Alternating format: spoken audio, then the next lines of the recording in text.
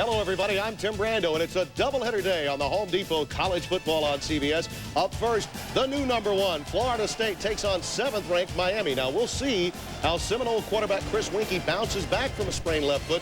He is scheduled to start. For Miami, a win catapults them right back into the national championship picture, but a loss ends their title hopes. And later in the second game, old-style SEC football, 15th-ranked Auburn takes on #20 Mississippi State. Joining me now is Spencer Tillman. We talked about it many times. The impact of today's game at the Orange Bowl will echo throughout the remainder of the year. And the key may be Winkie's status, because if Miami happens to win this game, the national picture is wide open. This sure is a great opportunity for Butch Davis' bunch. It would make that reclamation project complete. But the key is they've got to get after Chris Winkie today. He didn't practice a bunch today, but he did in the middle of the year. The key is Chris Winkie's ankle is tapped heavily today. It's probably going to cause him some fatigue problems if he can't get around and get mobile in that pocket. However, if Miami can get pressure on him, I'm loving their chances today. And you think Damian Lewis can provide that pressure, don't you? Yeah, Damian Lewis is the guy, the defensive lineman. He is now pronounced healthy. If he can get pressure again on Chris Winkie and knock him out of the ball game, Miami's got a chance to win this thing outright. Really? Outzen, Marcus Outzen is the only out for Bobby Bowden. You remember that name 2 years ago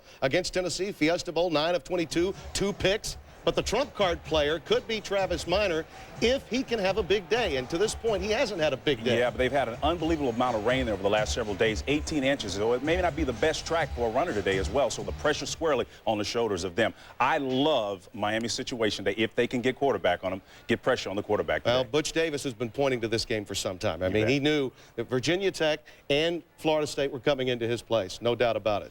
Coming up, it's top-ranked Florida State against #7 Miami. You enjoy the game, everybody.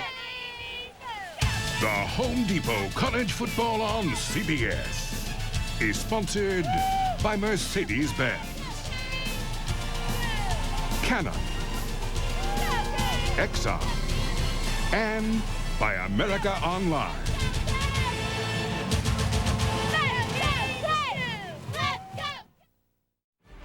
The Florida State Seminoles, the preeminent team in college football for the last half-decade.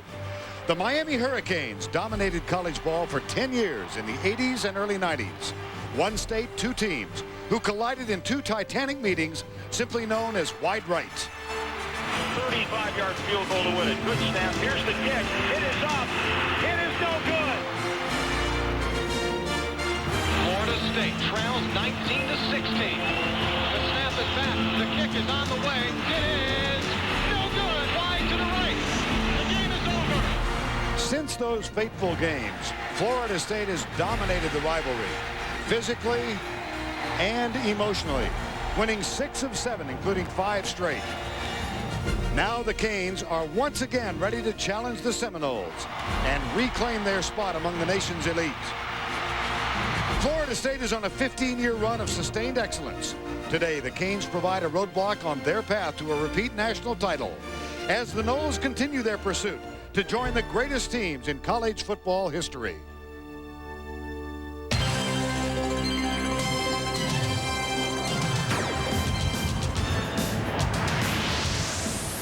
We welcome you to South Florida, and we welcome you to the Home Depot College Football on CBS.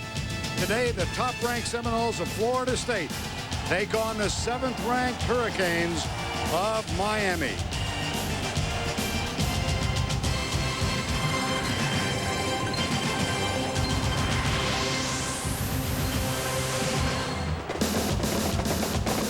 Both teams have received their marching orders for this one. Play and play well, and do so before a national television audience and a sold-out house. The emotions are running rather high, and no matter where you look, you'll find support for either team.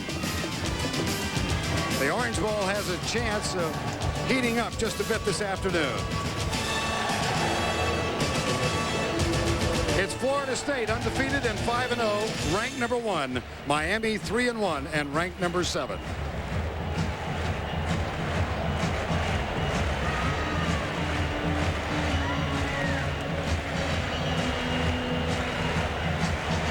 Florida State coming back into the Orange Bowl. Chris Winkie, the quarterback, now 28 years old. First 3-year starter in Bobby Bowden's tenure at Florida State. And here come the Seminoles.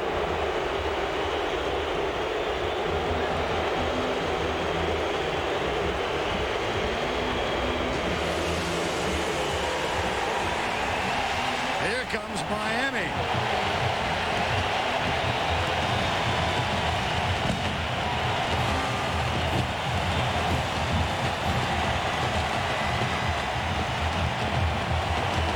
Good afternoon, everybody. I'm Vern Lundquist. Welcome to the Orange Bowl. This rusty old relic is vibrating in anticipation of the renewal of one of the most intense rivalries in all of college football. Miami against Florida State. Think about this. In the last 14 years, 10 times one team or the other has played for the national championship. Alonzo Jackson plays right now for Florida State, but he might well have spoken for either team when he talked about the significance of this game. Oh, I'm ready to get in there, for sure. Whole lot of bad blood involved, whole lot of hatred. You know, they took a couple of national championships away from us, and we took a couple from them. I mean, it's going to be live. I'm ready. Yes, and so are we. I'm joined by Todd Blackledge. Todd, the big question, of course, coming into the game, the status of Chris Winkie, the Florida State quarterback. Well, Vernie had a severely sprained left foot in their last game against Maryland. It happened not in a sack. He was sacked 4 times, but he stepped in a hole early in the game. Now, he's got 2 good things going for him. Number 1, the injury happened 9 days ago on a Thursday night instead of a week ago. Otherwise, he probably wouldn't play today. The other thing is, it's his left foot, and for a right-handed quarterback, that's very significant. His plant foot is okay. The left foot, a little more of a problem. Well, Bobby Bowden said it would be a game-time decision as to whether or not he could go. Let's get a checkup right now and go down to the sidelines to Jill Arrington. That's right. Chris Winkie did not practice much earlier in the week because of that sprained left foot. He had a mobile cast on it. He had very little mobility. He couldn't put a lot of pressure on it. But Thursday, he went through a full practice. He said he felt pretty good. There was no swelling after practice on Thursday. I talked to him yesterday. He's around 90%, he says. The coach Rick just told me he will start the game today. Now they're going to put some extra protection, some extra padding on that foot to try to keep him in the game, and I'm going to keep an eye on him. Back to you guys. All right, Jill, thank you. And, of course, there's a big edge in experience, Florida State versus Miami. Well, there's some similarities between the 2 quarterbacks in this ball game. Both Chris Winkie and Ken Dorsey have played extremely well through the first month of the season. Both are unquestionably the leaders of their teams and hold the key to their chances today and a run at a national championship. But there are some obvious differences as well. First of all, you start with just the age. Chris Winkie is 9 years older than Ken Dorsey. Both guys have put up good numbers, only 1 loss as a starter. Maybe the most significant number also that doesn't show up, Chris Winkie is 2-0 against the Miami Hurricanes. For Ken Dorsey, this is his first meeting against Florida State. He was tested in Washington. He'll be much more severely tested today against the Seminoles. I think all of you know about the intense downpours that have harassed South Florida over the past week. The forecast for today, quite pleasant, 85 degrees. We do have 94% humidity and partly cloudy skies. There is a chance that we'll have late afternoon thunder showers again today. And moments ago, the flip of the coin took place, and former Miami legend Jim Kelly to midfield. Late of the Buffalo Bills. In giving a warm University of Miami welcome to today's honorary captain, former UM great quarterback Jim Kelly. Welcome back to Hurricane Country. And Miami won the toss, so Florida State will kick off.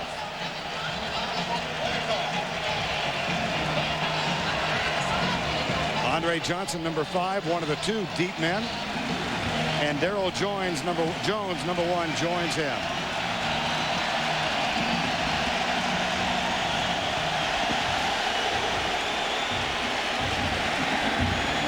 There's the kick. And the collision at the 23. Jones fumbles. Who got it?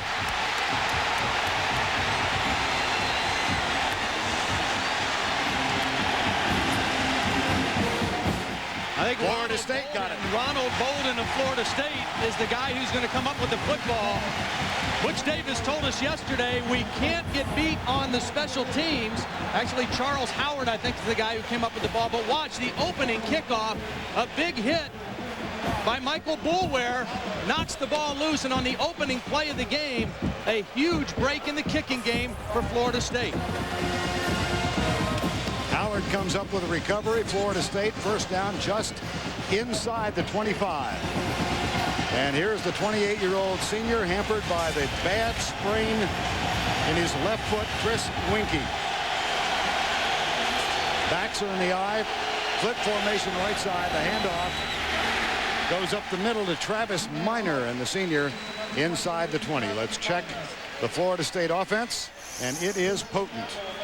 Up front, Brett Williams gets the start with Ammon, Jared Moon, Otis Duhart, and Sharon Dorsey. Carlos Thomas will also rotate at the tackle spot. And the hurry-up offense, Minor, McCray, Minnis, Morgan, and Franklin, they're at the line on second down. Minor gets the handoff, and that's going to be a yard short of the first down at the 16.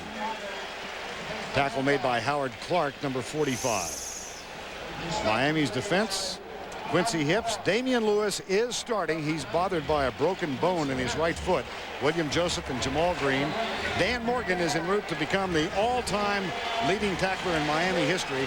And the secondary just might be as good as any secondary in the country. Rumpf, Blades, Reed, and Myers. 3rd and 2.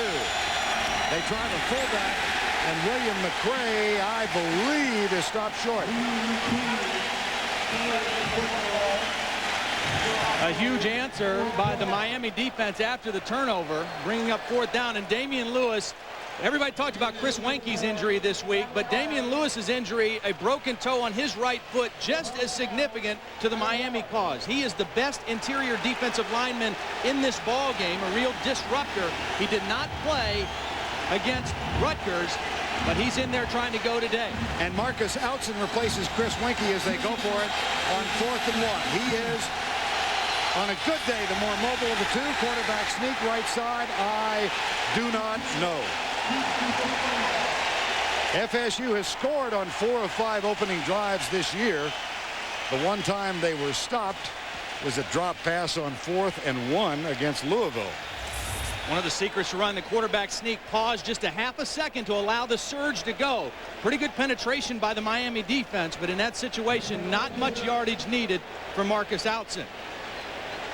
Butch Davis in his 6th season as the head coach at Miami. Now let's see if his indication is correct. Good read. They stopped them. Take a look now at the penetration. Right over the right guard is where they were going to try to go. Watch the penetration right here at the point of attack. You got to stay low. You got to drive into the backfield, and met head on right at the point of attack. William Joseph, the sophomore out of Miami Edison High School. Great penetration and a huge stop on 4th down by the Hurricanes. So on 1st down, here comes the 19-year-old sophomore quarterback, Ken Dorsey, out of California. Backs in the eye. And he'll hand it off. James Jackson goes right, and he surges across the 25-yard line. Bradley Jennings, number 44, makes the tackle. Here is the sophomore. 6 and 1 as a starter. Had a really tough go in Seattle against Washington. 3 turnovers in the first half. Came back strong and then played well on the road against West Virginia. And you look at that, 9 touchdowns, 0 interceptions for a young quarterback. That speaks volumes of his quarterback savvy and maturity. He is 2 passes away, and here is a flag thrown by our referee, Ron Cherry.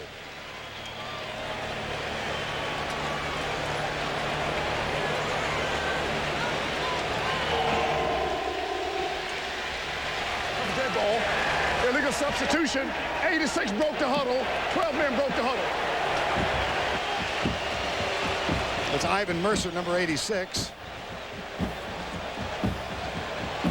who apparently was the 12th man. Bobby Bowden.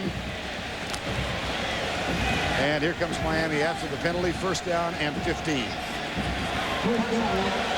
Najee Davenport, number 4, is the fullback, and Jackson is the tailback. Santana Moss, Reggie Wayne, the wideouts.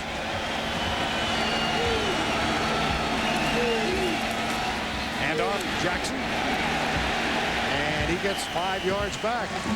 Butch Davis telling us yesterday how important the ground game is. He said we might see a lot of really terrific 4-yard runs. Here's the offensive line. McKinney, who has the tough task today. LaFleur, Romberg, Bibla, and Joaquin Gonzalez.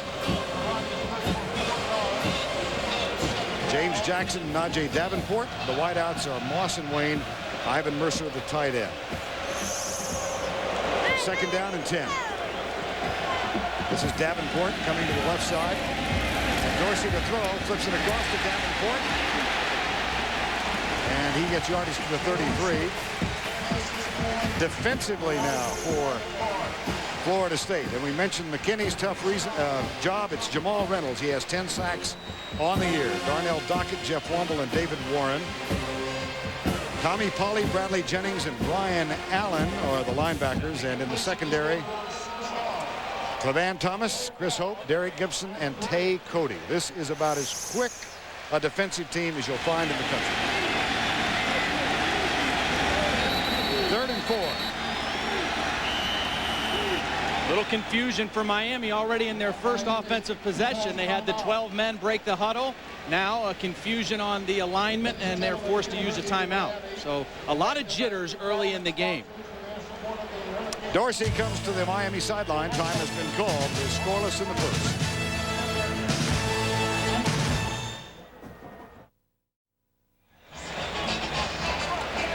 We welcome you back. We welcome you back to the Orange Bowl after the timeout. 3rd and 4, Miami. DJ Williams and Najee Davenport in the backfield. That's Darryl Jones in motion, number 1. And he may have moved early. This is Najee Davenport, but I think Miami's going to be guilty of illegal motion. Davenport tackled at the 29, so option resting now with Florida State. I think Najee better get a tighter chin strap too. That's 2 plays in a row where Florida State has come up and knocked his lid off. Yeah, Darryl Jones went in motion and then was in some kind of hurry to get downfield. Take a look again now. Coming from here, you're going to see Jones, and then he's going to turn up a little bit too early. Again, just pregame jitters and a lot of intensity, emotion in this ball game. Miami trying to slip a run in there on 3rd down and snuffed out by the Seminoles. That brings on Clevan Thomas to return the punt of Freddie Capshaw. Capshaw has had an excellent season thus far. He's only had 7 returned, and the longest return against him has been 3 yards. We'll see what Thomas can do for Florida State. Here's Capshaw, nice and high, and caught. Well, there's the longest return of the season. Fumble! Loose ball at the 47. And can Miami return the favor? Yes, they can. Andre King, number 84. Big ball game. You got to secure the football. It's ripped out by Dan Morgan. He's all over the field, and another big play for the senior linebacker.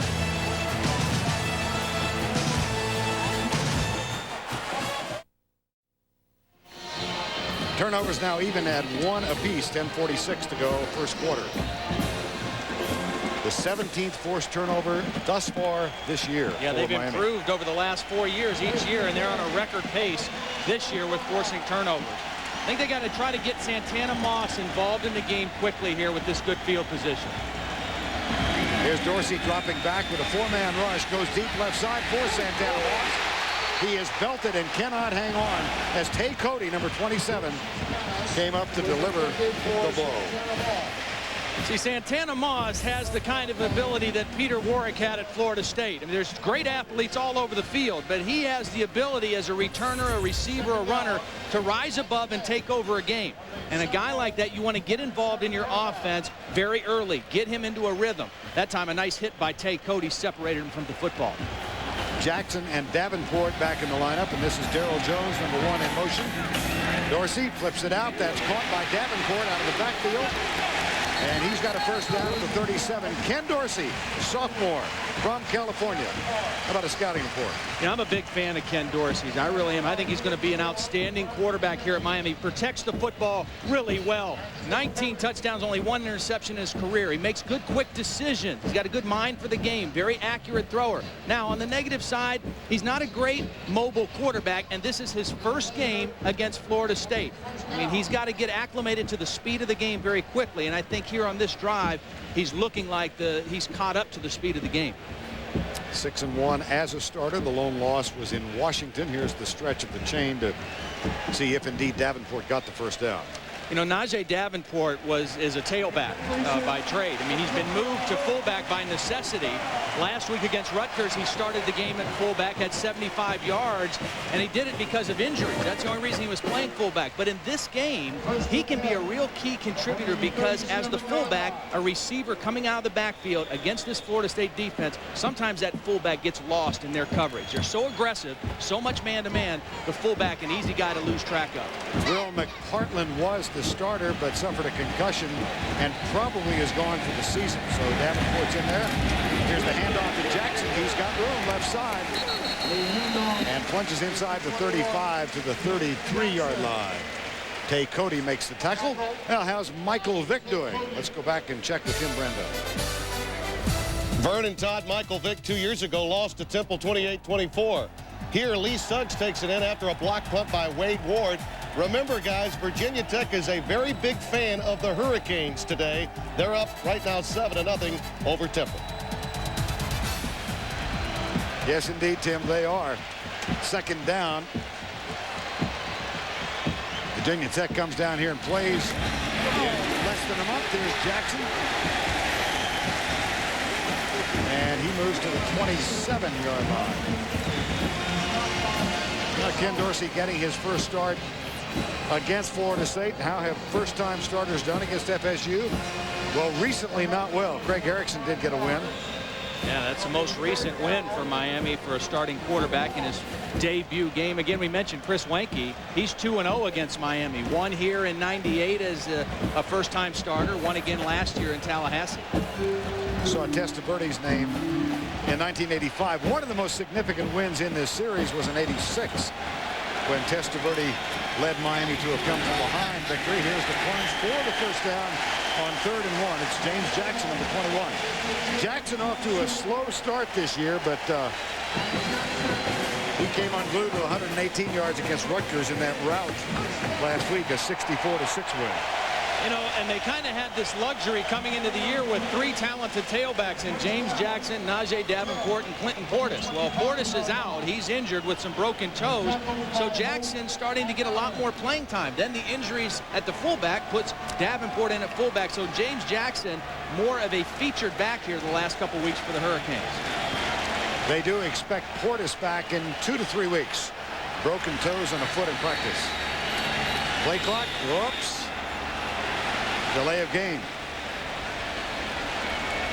Momentum killers. Yep. You know, and Ken Dorsey tapping his chest saying, my fault, I lost track of it. But when you got the thing rolling against Florida State, you can't shoot yourself in the foot like this. You've got to keep the pressure on them.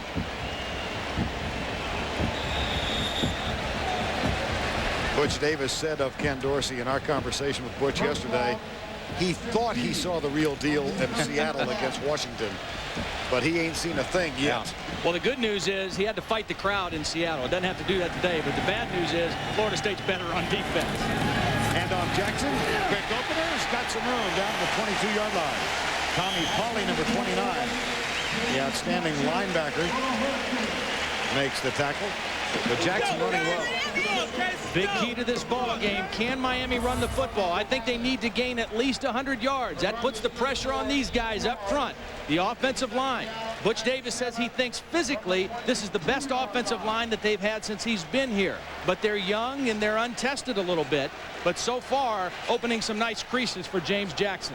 In the last 5 games, all losses to FSU. They have not rushed for 100 yards. Here's a play fake down the middle. Davenport. Touchdown, Miami.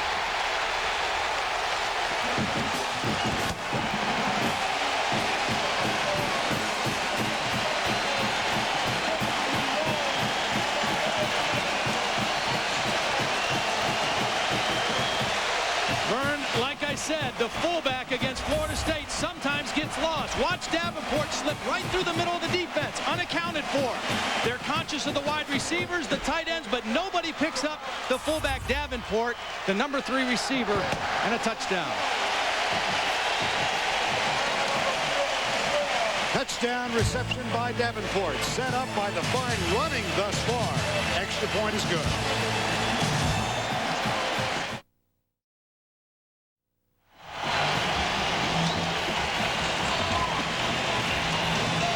Miami goes 47 yards after recovering the fumble on the punt return, and Najee Davenport scoots down the middle. A perfectly executed play fake by Dorsey.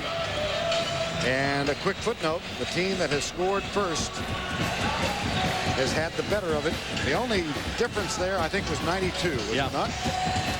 That was the second of the wide right games. Wide right 2. Burned forever in the memory of all Florida State fans, and for that matter, Miami fans, because they were on the victorious end. Interesting, the streaks in this series. Miami has lost the last 5, but they had won 4 of the previous 5 in the 90s. And of course, Miami hit with the scholarship prohibition by the NCAA. Here's Todd Seaver's kick, and boy, does he get his foot into this one. Wow. Not only 8 yards deep, but way up in the air. 2 nice things to watch on the touchdown. First, watch on the left tackle, Bryant McKinney. This is a key matchup going against Jamal Reynolds. Does a nice job getting his arms extended and using his advantage, which is his height and long arms. And then the play fake by Dorsey fools Tommy Polley, an outstanding linebacker, and that allows Davenport to slip right by him. Good blocking by the left tackle, good play fake by the quarterback. And just another footnote for the sophomore from California. He's now thrown 125 passes without an interception this year. That is a new Miami school record, previously held by Gino Torretta at 123. McCray and Minor in the backfield. Winky right side behind Snoop Menace. A flag is thrown late. Very late in the offensive backfield. Menace makes the catch. If the play stands, it's a first down. It's going to be a roughing the passer against Miami, and certainly with the injury to Chris Wenke, the officials are probably going to be in tune to that a little bit more. Miami came with the blitz after the play. Damian Lewis with an extra shot. And again, those officials will be watching Chris Wenke very closely today. Personal foul, roughing the passer, 15 yards added to the end of the run, automatic first down. 92. Now Chris Wenke in the last 2 years, over 300 in each game. That effort in 1998 was his first 300-yard passing game for the Seminoles. He is the consummate field general, Vern. I mean, he has a great feel for this offense. He's in total command of what they're doing. He runs the no huddle. A valuable, valuable asset to this team. At midfield, they spread it out, and out of the backfield, incomplete. Little flare pattern to Travis Minor. 4-man rush by Miami that time. And Marquise Fitzgerald, number 27, was covering, and he'll now come to the bench, 2nd and 10. You know, this offense, we should make the point, it's a no huddle, but it's not a hurry up. But they constantly give you the threat of going on a quick count, so they keep the pressure on you defensively. Back in the eye, Winky with the change at the line of scrimmage. 8-man front for Miami. Got to throw the football. He tosses to Minor instead. Minor finds some room and rips it down to the 45-yard line. Tackle made by Al Blades and Chris Campbell. Nice audible this time by Chris Wenke. I mean, what he sees, you see 8 guys here, but the main guy is Blades, the safety. And Wenke is going to audible away from the safety, the toss sweep away from the free safety, and they get a nice gain. 3rd and 4 at the 44. Here they come again. Blades throwing, showing blitz. Wenke audibling. Twice. The blitz coming. The handoff to Minor. He is stuffed. 4th down. William Joseph, number 94, and Dan Morgan, number 44.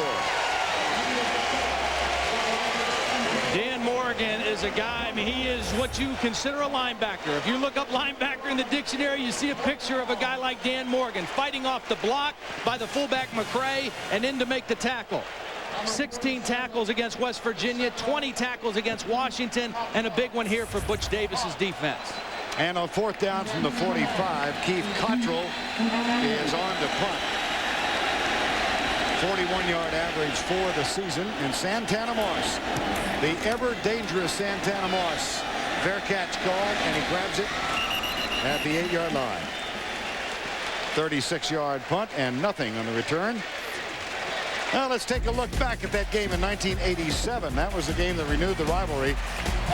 Miami had trailed 19-3, but with 2:32 left, it was Steve Walsh to Michael Irvin, a 74-yard bomb. Florida State answered back when Danny McManus found Ronald Lewis in the end zone with less than 1:30 remaining.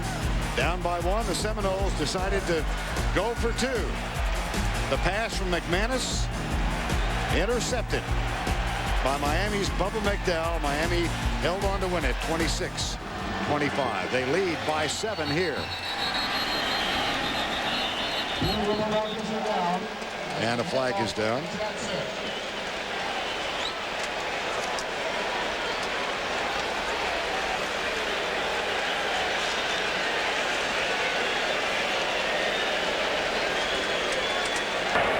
Prior to the snap, false start on the offense. 5-yard penalty. Well, they have not been out without their mental mistakes. Bobby Bowden.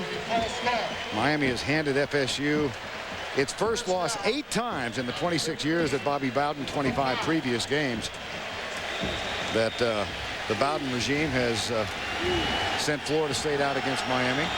And FSU, of course, has won 17 games in a row. Last loss to Tennessee, national championship. Play fake from the end zone. Dorsey has a man, overthrows him. Santana Moss was getting double coverage, but had the pass been lower and had he let him. Well, let's check in on how Virginia Tech's doing. Here is Tim Brando. All right, Vern, Michael Vick wasn't there a couple of years ago when they lost to Temple, but you know what? He is now, and why not hand off to Lee Suggs? 8 touchdowns in his last 3 games. He's second in scoring in the country, Lee Suggs, and they're up by 2 touchdowns over Temple. All right, thank you, Tim. It's interesting, you know, Timmy said a while ago that they probably, the Virginia Tech guys, here's the handoff. And Jackson gets out to the 8-yard line. Virginia Tech probably hoping for a Miami win here. That has to do with national championship aspirations. But, of course, they're both Big East opponents. Well, Big East, BCS, strength of schedule, Right. all that. You know, Virginia Tech wants that game when they come down here November 4th to be just as significant as this one is. And so that's why they're cheering for the Hurricanes today. 3rd down and 11 at the 9. 7-0. Kenny Dorsey has done a great job of making decisions and protecting the football. He needs to be smart here in his own territory deep. That is Santana Moss in motion. Dorsey with a little shovel pass. The old Utah shovel pass. That is an incomplete pass. However, well, I think the play clock ran down on Ken Dorsey again. And that's twice now here in the first quarter that they were unable to get the play off. Ken Dorsey is signaling to the sidelines. Well, prior to the snap, delay of game on the offense. Again, Ken Dorsey knows where the play clock is, but he's got motion. It's tough to speed it up when you've got motion in the play and unable to get it off. And after the play, signaling to the sideline, hey, speed it up over there too. I'll hurry up, but get them into me quicker as well. That is the 4th penalty against Miami. It was a dead ball foul, so the penalty must be taken. It does give Miami another chance after the incomplete pass. 3rd and 16 at the 4. Reggie Wayne near side. Dorsey half roll. Has a man open. That is Andre King, number 84. Derek Gibson, the strong safety, defending. We'll see what kind of an athlete Jamal Reynolds is. This time they try to block him with the back. Watch him right over the top of James Jackson, but James able to get enough of the knee to knock him to the ground. This is an incredibly athletic guy playing defensive end for Florida State. So Freddie Capshaw is on the punt for the 2nd time. Van Thomas deep for Florida State. Recall that his fumble on the last punt return set up the only touchdown of the game. Capshaw, boy, they got close. That was almost blocked. Thomas circles back and is nailed at the 37-yard line. Vern, Tommy Polley is a punt block extraordinaire guy for Florida State. Watch him come in here now, number 29. It looks like he's going to swallow this one up, but he tries to avoid the punter and doesn't get a hand on the football. He blocked a field goal in this game against Miami last year, blocked a punt against Florida and Virginia Tech last year on their way to a national championship. And was within a whisker then. Yes, sir. Jeff Chaney now in the backfield, number 1. He'll rotate, play about a third of the time, spelling Travis Minor. He's the deep back in the eye.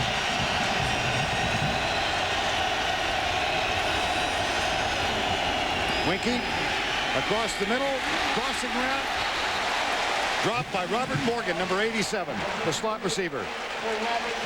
Well, first of 2 games for you, and coming up next, 15th ranked Auburn goes into Starkville to take on 20th ranked Mississippi State. That's next on CBS. Take a look at Robert Morgan, a very effective runner after the catch, but hey, you got to catch it first. You can't go anywhere until you secure the pigskin, and that time Robert Morgan a little ahead of himself.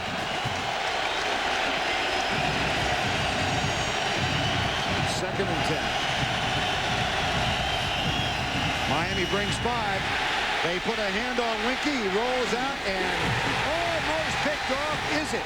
Or is it a catch? Snoop Minnis, number 13, grabbed it for Florida State. I'll tell you what, Snoop is unbelievable. This guy is listed as 185 pounds, but I think he really weighs about 170 pounds. Skinny pipe cleaner arms, but watch him fight for this football and make the catch. First of all, watch Wanky. The pressure is going to come from Damian Lewis. Again, right here, the key, the guy for Miami's defense. Wanky on the bad foot, eludes the pressure. And now watch Snoop Minnis fight for the football and take it away from Mike Rump.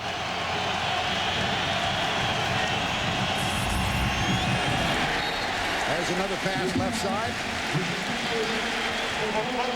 Anquan Bolden, the intended receiver. Back to the previous play again and watch the end of it now. Minnis fighting for the football. Rump in a great position to make the interception, but Minnis just fought for the ball a little harder than Mike Rump. Second and 10 after the incomplete pass to Bolden. Quick setup, drills it left side, caught Morgan. Morgan chased by Morgan. And R. Morgan beats D. Morgan. Robert over Dan, 30-yard gain. Al Blades was covering on the play. It was a corner blitz, and Al Blades went for the interception and got beat. Rumpf came on the blitz. Wanky read it. Blades came in and tried to make the one-arm tackle, and Morgan made him pay for it. Big play off a short completion. Javon Walker on the field now for the first time. Here's another quick setup. Winky goes in the right corner and overthrows his intended receiver, Marvin Snoop Minnis. Boy, they come at you in waves, don't they? That's the no-huddle offense. Test your sports knowledge. Play Aflac Trivia at cbs.sportsline.com or America Online, keyword CBS Sportsline. I guess we're getting a tester on the Aflac question today, too. Yeah, I've heard that. Get a sneak preview or anything. No, but I've got faith in you. Second and 10. Chaney caught behind the line.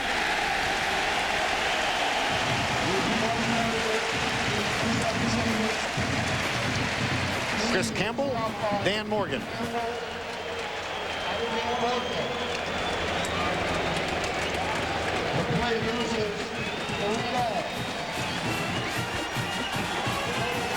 Loss of 3, third and 13. Atruz Bell is on the field, number 26. Has caught 12, 6 for touchdowns this year.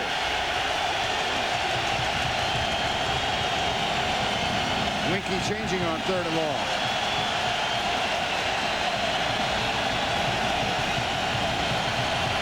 Winky calls timeout.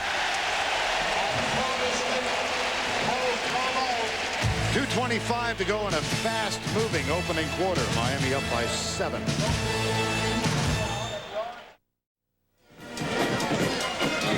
Welcome back to the Orange Bowl. 2:25 to go in the opening quarter of play.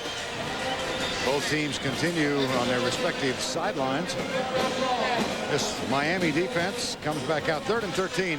Just an interesting sidelight to this game. The Miami defense has scored 3 times. The defense has scored 3 times in each of the previous 2 games they've won. Yeah, 3 touchdowns against West Virginia, 2 touchdowns and a safety last week against Rutgers. James Lewis, one of the extra D-backs. 3 down linemen, 6 defensive backs. Morgan in the line in a stand-up position now. The linebacker. They ran out of time, Vern, and you don't ever see that coming out of a timeout. My, oh my.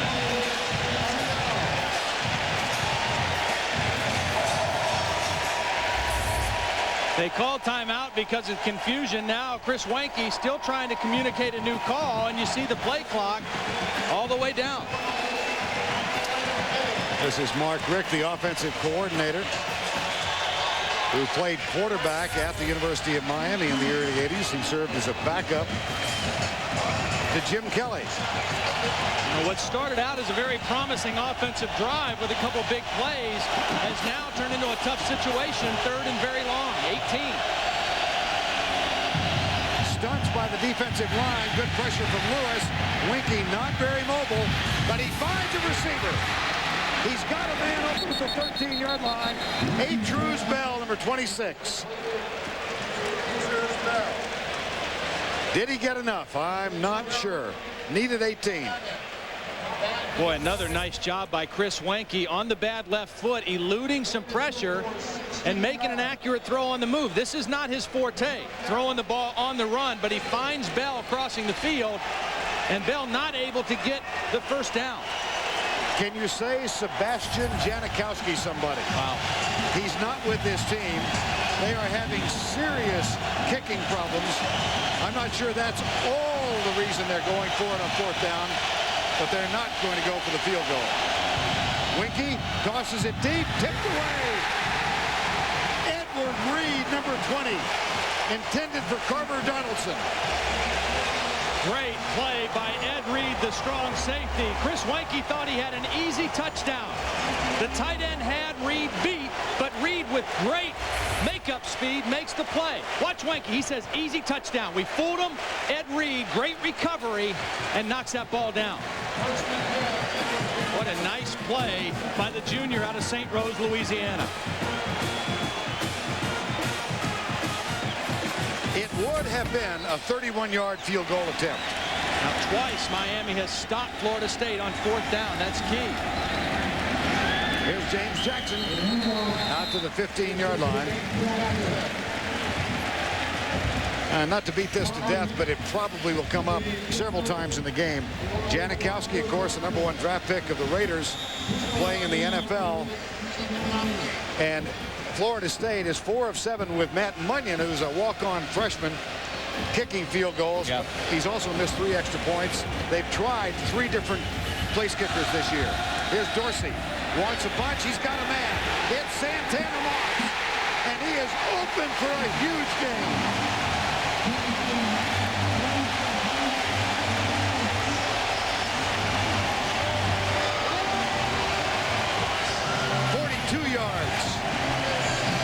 Again, they go off the play action. They've had some success running the football. Watch the play fake to Jackson, and they go right after Cookie Thomas, one of the better cornerbacks, but Santana Moss clearly a couple steps on him, and Dorsey gets him the football.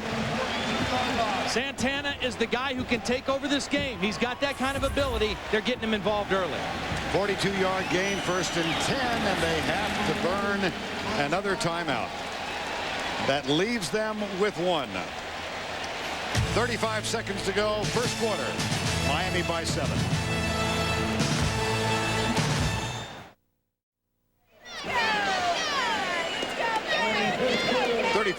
Seconds to go in the first quarter. Miami up by 7 and threatening.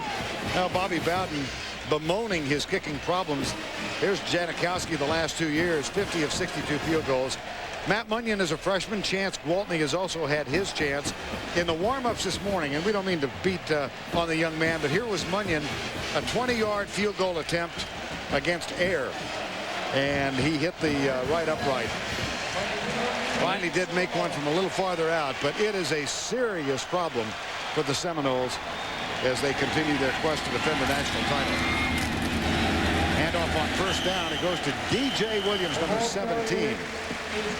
You know, Bert, just to follow up on that, anybody that's played and has spent time around kickers, you know that kicking is about 85% mental and only about 15% physical. I mean, you obviously know he's got a good leg, a strong leg, or he wouldn't be here, but mentally a little confidence shaken right now, and obviously Bobby Bowden, not great confidence in him as well. Second down and 7. D.J. Williams continues at fullback in front of Jackson. Now Dorsey goes deep. Oh, he's got a man. It's Ivan Mercer, the tight end. First and goal, Miami. A 31-yard gain.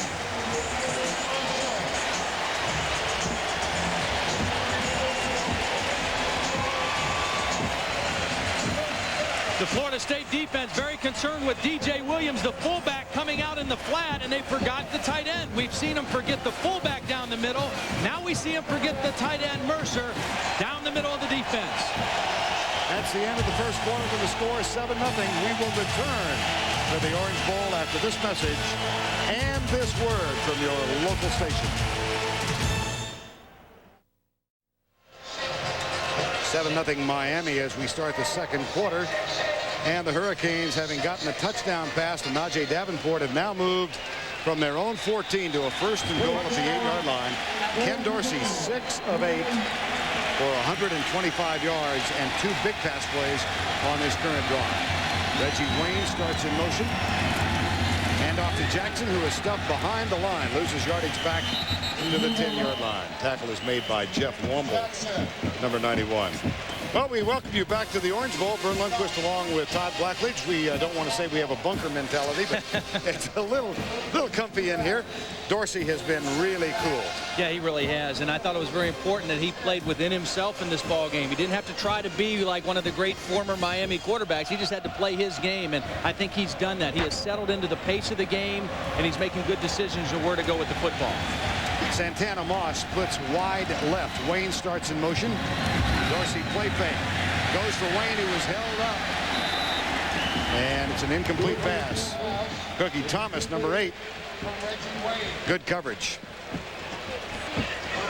Well, Reggie Wayne has kind of been the go-to guy for Ken Dorsey so far this season and really in his career. He's thrown 7 touchdowns to Reggie Wayne, and every other receiver's only caught 1 from Ken Dorsey, so he has been kind of his favorite target, but good coverage that time by the Seminoles.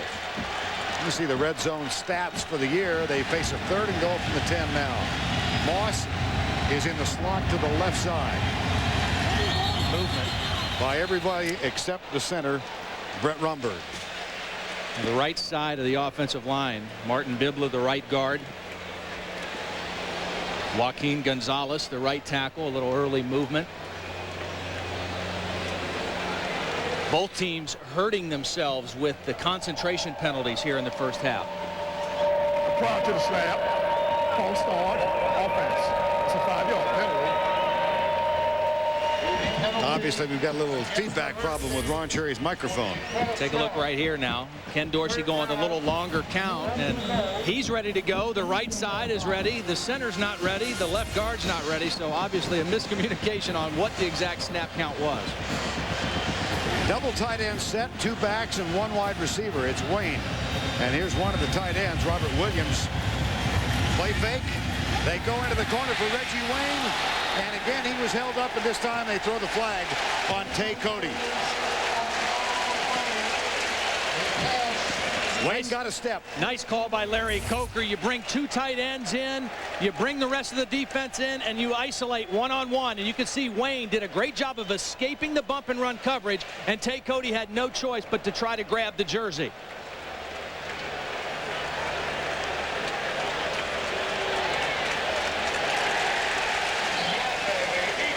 What's the key to throwing against Florida State? Stop the pass rush. 2 guys, the left tackle McKinney, the backup tight end in there helping on Jamal Reynolds. There's Larry Coker right there with the good call on the big 3rd down play. Now a first down inside the 10-yard line for the Hurricanes. Defensive holding call on Cody. Now Dorsey, as a starter, and this is his 8th start, has found Reggie Wayne in the end zone 7 times, and then he has spread the goodies around. 11 other receivers, 1 catch each. Now Andre King splits out wide to the left.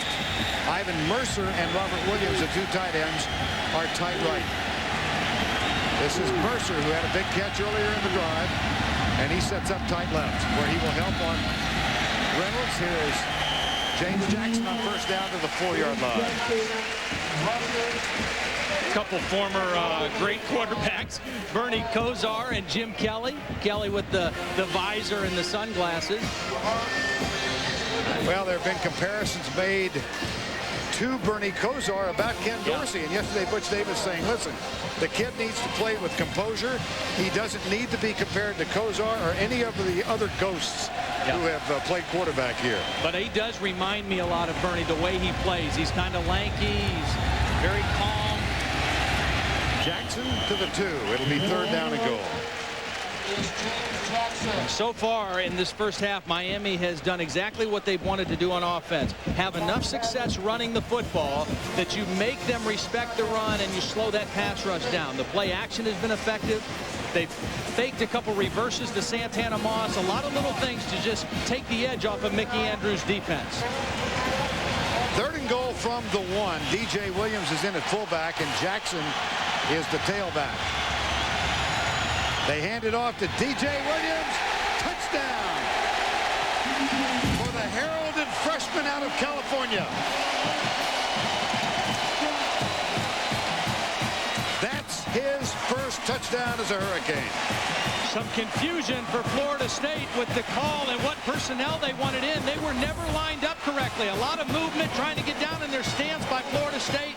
And Miami got a good jump off the football, a good push on the right side to get Williams into the end zone.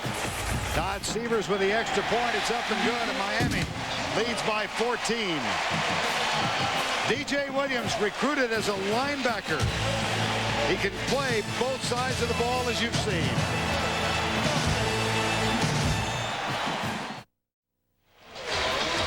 Back at the Orange Bowl, where Miami is leading 14-0, and DJ Williams got the TD. Well, we talked about the miscommunication. Look at Bradley Jennings, still trying to find out where they're supposed to line up. They ran right where he was supposed to be, got totally knocked into the end zone. A little miscommunication on the Florida State defense, and Miami in the end zone again. 86-yard drive after Miami had stopped Florida State on 4th down inside the 15 for the 2nd time this afternoon. Todd Severs getting ready to kick off. Davey Ford and Jeff Chaney. There's Chaney number 1. Davey Ford wears 22.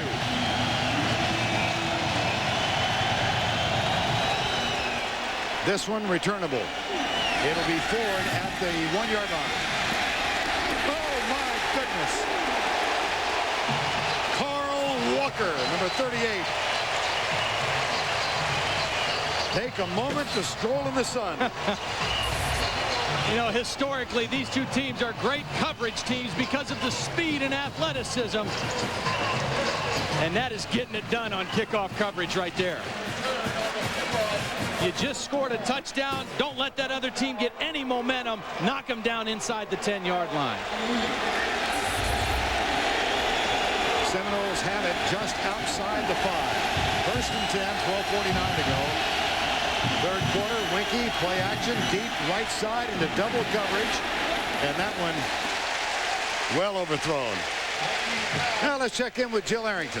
There are a lot of legends here at the game to support the Hurricanes. I have Bernie Kosar right here with me. You talked to Ken this week. What did you tell Dorsey? Well, I've been spending a lot of time down at UM as being a trustee, and you know, Ken has a lot of good things going for him, and he showed a lot of poise the last couple of weeks, and this is going to keep his confidence up and take what the defense gives you. And he's doing an awesome job out here, and it's great to see the Orange Bowl this rocking like this. Okay, let's watch this play. We'll be right back. 2nd down, handoff. They stuffed him again. Well, even Mr. Kosar, I bet Jill can appreciate this defensive effort. I know that you gave him some advice coming into into this big rivalry because you played here many times. What exactly did you tell him about keeping his poise out there today? Well, you know, he's done, for a young guy, he's really doing a good job of keeping his poise. He doesn't really need much advice on that, and he has good confidence. He's had good success, and I think this crowd here today, the adrenaline's really feeding on the team, and I think these guys are pretty excited to have all us old guys coming around. I told them, though, I got a couple years eligibility left, but she's still in good shape. Well, thanks a lot for joining us. Florida State has to call time. They have only one left, and we'll be right back.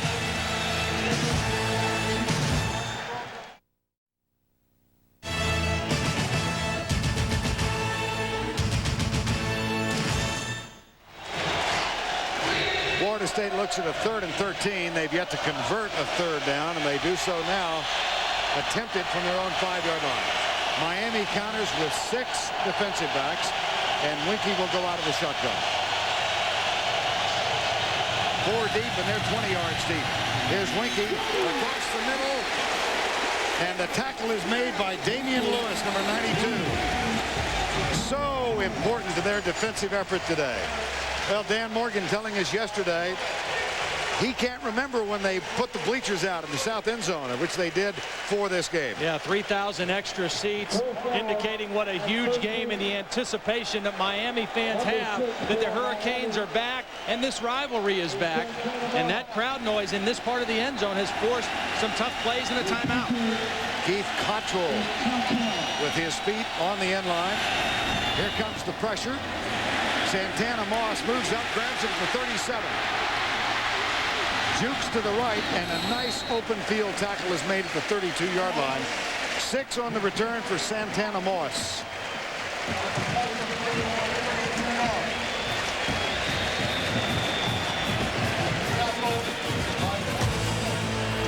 Miami in control. Time has been called. They lead by 14. Tim Brando in New York. Coming up on the AXA Halftime Report, Spencer Tillman and I will get you caught up on all the scores and highlights, including Northwestern's run to a possible 3-0 record in the Big Ten. Damian Anderson just scored moments ago, 73 yards out. They're leading Indiana 21-7. Now back to Vern. 14-0 Miami. Greg Schiano, defensive coordinator, likes to throw some junk at you on 3rd down. This is Damian Lewis, the nose guard, the best pass rusher. But watch, in a zone blitz concept, he fakes the rush, drops back like a middle linebacker. Now watch the hit on Travis Minor. That's a nose tackle making that play. A big physical guy, but also very athletic. And it helps set up great field position for Miami. Here's Dorsey going deep. Oh, he had a man. Andre Johnson, the freshman, number 5. He was there. He sure was. Again, off the play action fake.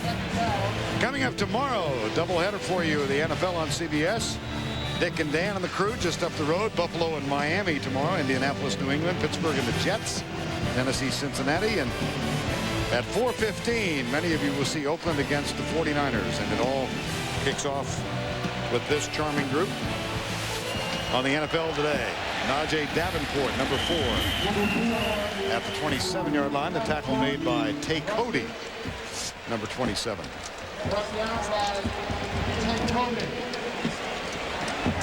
Virginia Tech's lead now 21-zip over Temple. The run is good for 4 yards. Mickey Andrews trying to get his troops going. Now he's got one of his fiery guys back in the lineup. Roland Seymour, who was a starter last year. Here's Roland right here. He hasn't been in the game at all this season. Santana Moss gets the pass from Dorsey, but that'll be 4 yards short of the first down at the 24-yard line. And now, do they want to test the distance of Todd Severs, or will they go for it with a 14-0 lead? I think they're going to go for it. Yeah. Talk about Roland Seymour. He was injured in the Sugar Bowl. Same knee injury as Tommy Polley. They had surgery, the same surgery on the same day. Polley able to come back at the beginning of the season, but it's been a little slower rehab for Roland Seymour. Hasn't played yet this season, but brings some leadership and some nastiness to the Seminole defense. 4th and 3 at the 24. It would be a 42-yard field goal if attempted. It apparently will not be, but Miami has used its final timeout to talk it over.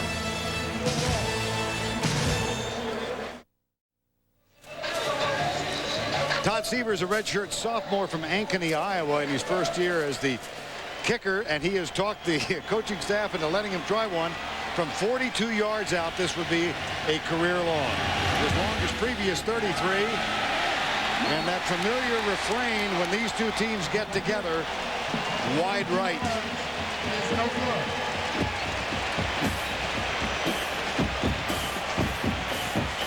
One of the things you worry about with a longer field goal is him kicking it too low, but he's able to get this one up quick enough, and he's got enough leg into it. But as you said, that familiar refrain of wide right applies to the Hurricanes. And a good stop for Florida State to stem the tide a little bit here. Their defense tired in this first half, on the field a long time. Well, unless you think he can't boom one. He had a 63-yarder at Ankeny High School in Iowa. First down and 10, though. Here comes the blitz. Winky finds a receiver. And Quan Bolden just about broke that one for the whole 9 yards. 16-yard gain as it stands. Time now for our Exxon virtual playbook. We're going to take a look today at the Seminole Zone Buster, a play you'll see Florida State run a lot of different times from different sets. It's a quick, easy read for Chris Wenke. He reads the strong safety. He comes up on the back, throw the curl. He defends the curl, throw the wide flare. Easy read. They run it a lot. Winky has a man drop it. That's the second one for Robert Morgan.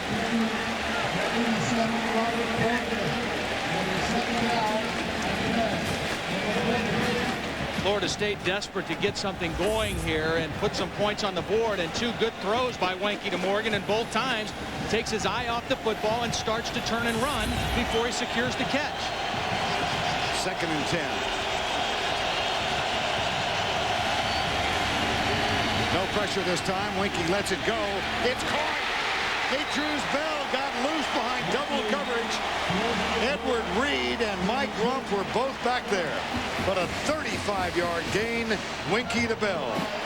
Great throw, too, by Chris Wenke, putting it out on the outside where only his guy has a chance to make the play. It's either incomplete or Bell can make the catch. Nice throw over two defenders. And Chris Wenke takes the hit from Matt Walters at the end of the play, but gets the completion. 35 yards on the completion. First down at the 25. Under 10 to go before the halftime break. Winky deep. Intercepted by Reed. He's going to be down at the 1-yard line. Winky overthrew his intended receiver.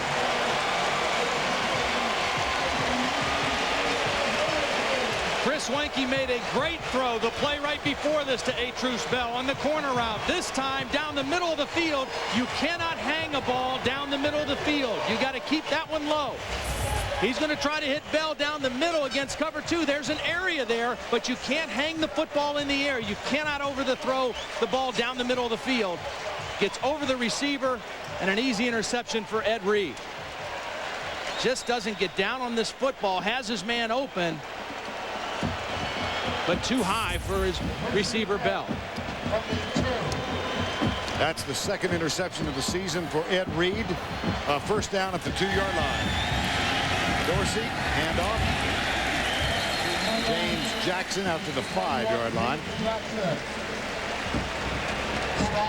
So Florida State continues to trail by 2 touchdowns. The last time they were down 14-0 was to Tennessee in the national championship game in '98, and they wound up losing that one. That, of course, their last loss, as a matter of fact.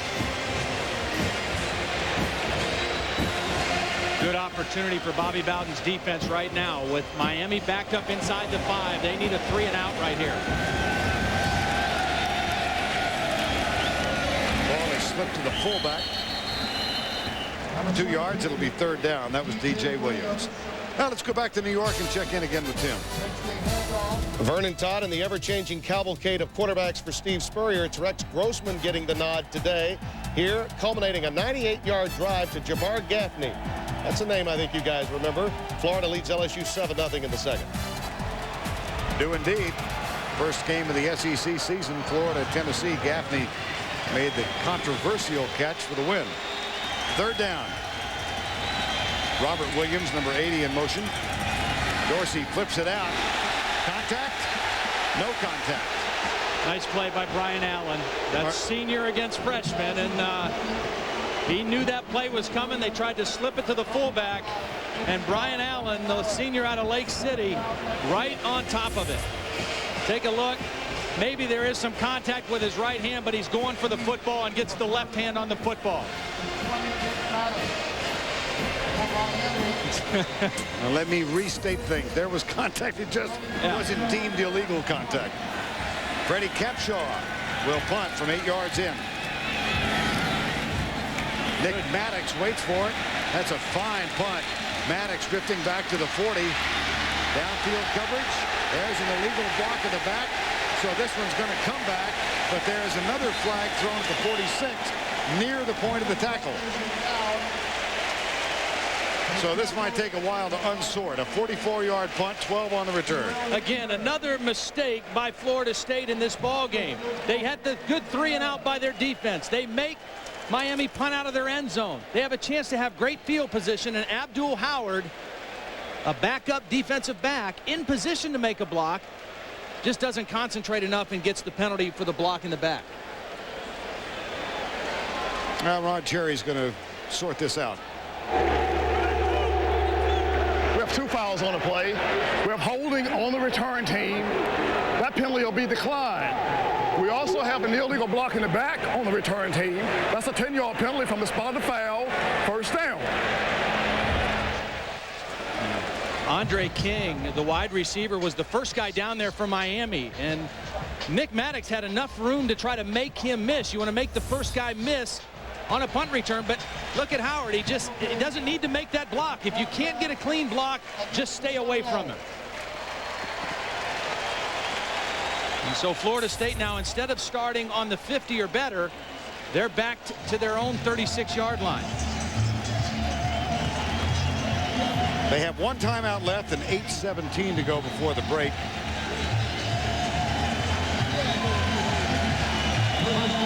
First down and 10. Atruz Bell and Marvin Minnis. Snoop Minnis are the wide receivers. To the left side, Bell is the slot man. Winky hands it on. Goes to William McCray, the fullback, number 36, out to the 40-yard line. Premiering tonight on CBS, Washington, D.C.'s new police commissioner is handpicking the best crime-fighting team in the nation.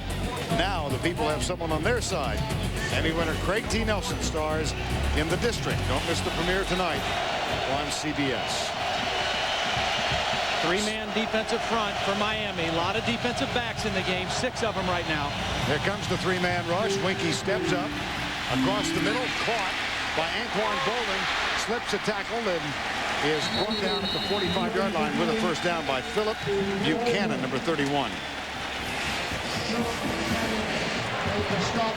3-man rush, not able to get great pressure. Wanky able to read the defense and allow this route, which takes time. Bump and run coverage, running the deep end. That takes some time to develop. Wanky has time to get it to Bolden. Here comes the blitz. Edward Reed coming. The pass complete at the 39-yard line to Snoop Minnis out on the right side, and Philip Buchanan with the tackle. You know, one of the best things I think Miami has done defensively in this first half, Vern, aside from the great plays on 4th and short, is Greg Schiano has gotten them lined up. He's kept it very simple. He's allowed them to just play. They haven't been flustered at all by the hurry-up offense. They've been in position, and they've played hard here in the first half. Winky with the change. Miami threatening a blitz. Play clock down to 5. Comes the rush. Winky on the adjustment. The out route to Bolden is incomplete. There is the defensive coordinator, Greg Schiano. Greg Schiano had some time at my alma mater with Jerry Sandusky at Penn State. And one of the things he learned from him, he says, hey, your opponents, good teams, are going to make plays on you. That's not the critical thing. The critical thing is how do you respond after they make some plays. And one thing he learned from playing Florida State last year was keep it simple, get your guys lined up, let your athletes play. FSU still looking for its first 3rd down conversion. They've missed on 4 attempts.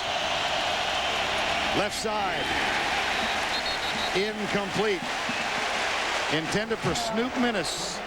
And the coverage from Mike Rump. Number 8, 4th down. Pretty good coverage by Mike Rumpf on the slant route. He gets his hands on the receiver early, and then very similar to the play Brian Allen made for Florida State a little while ago.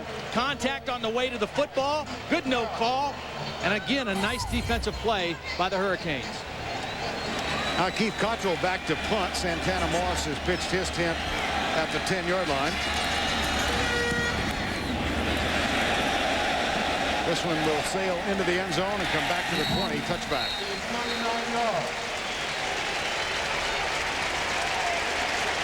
Now Todd mentioned a while ago that we had a teaser for you as the Aflac trivia question.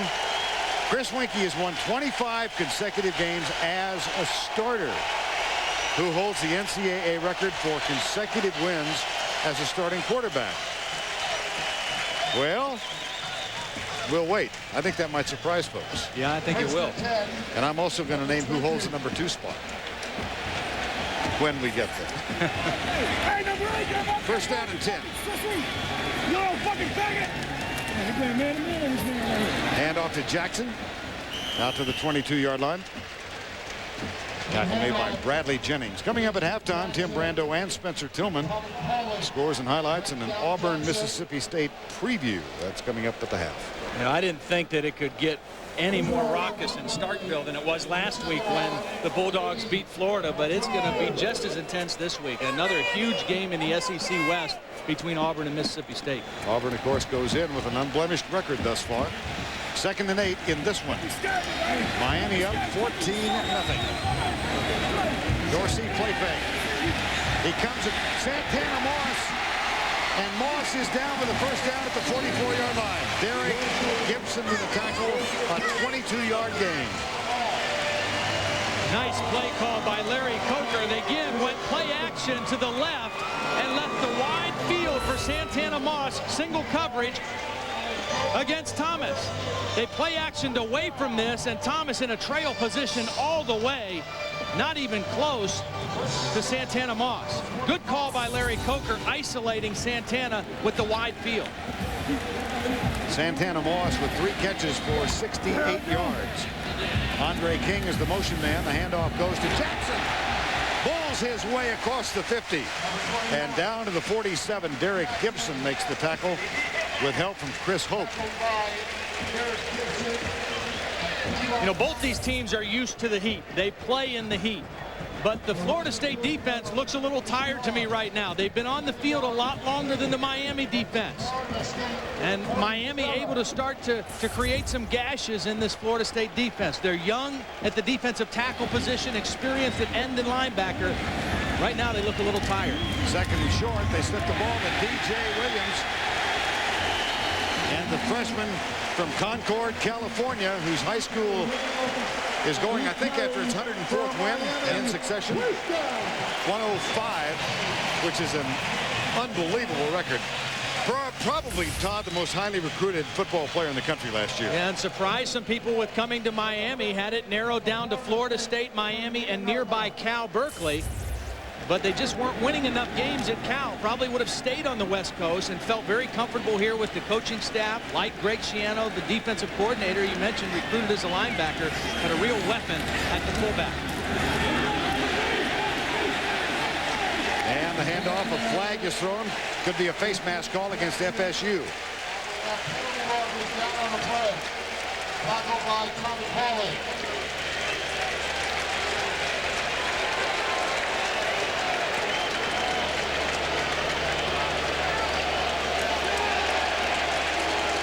Is indeed Chris Woods, number 98.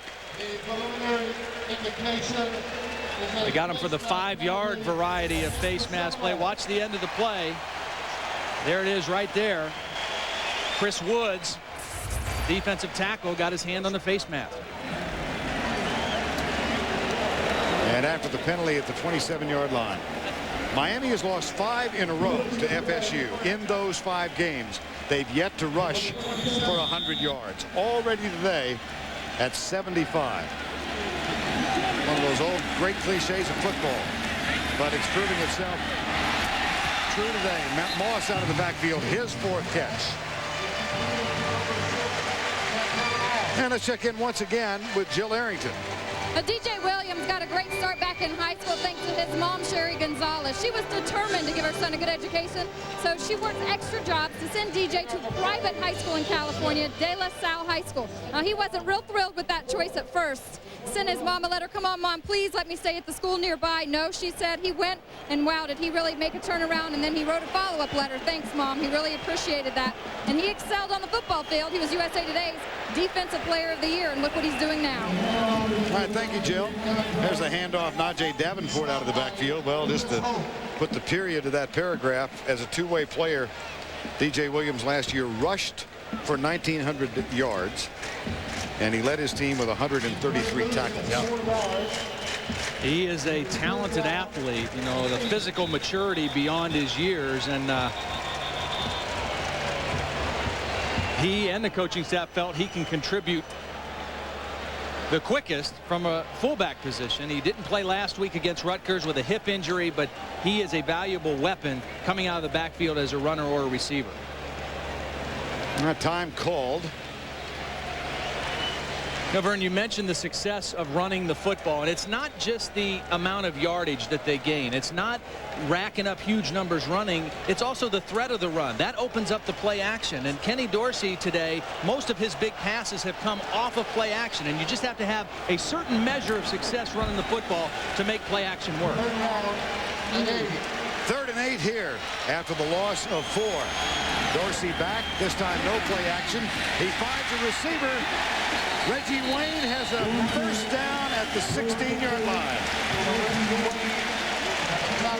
In front of Thomas, number 8. They're going after Cookie Thomas a little bit. This is about the 3rd or 4th time that they've gone after him, either with Santana Moss or Reggie Wayne. A lot of respect for the speed. Too big of a cushion on that 3rd down play by Thomas, and an easy completion on the curl route to Reggie Wayne. Najee Davenport in as a fullback now. Jackson is the setback. Andre King is wide right. Dorsey hands it off to Jackson. Nudges inside the 15 to the 14-yard line. The clock with 3:12 to go before the halftime break. Doubleheader for you today, and coming up next in Starkville, Auburn against Mississippi State. A significant SEC battle. That's the second game of our CBS doubleheader. I like Auburn today. I think that Mississippi State played a wonderful ball game last week. They were at a great emotional and intensity pitch. I don't know that they can get to that same level in consecutive weeks, and Auburn playing good football right now. Darrell Jones split wide left. Andre King wide right on 2nd down. Dorsey goes for his tight end, Mercer. It's incomplete. It'll bring up 3rd down. Chris Hope, number 28, was in the neighborhood. I think it's time for Jamal Reynolds to show up on this play, this 3rd down play. He's been very, very quiet. They've double teamed him some. They've run away from him some. But this Florida State defense needs a big play right now, and that's a guy who can deliver it. 10 sacks coming into the game, 21.5 sacks in his career. And going up for the most part today against Bryant McKinney, number 78. Junior college transfer from Lackawanna JC. Now there's help over there with Mercer. Here's a quick count. Reynolds is double teamed. The pass in the end zone incomplete for Santana Moss.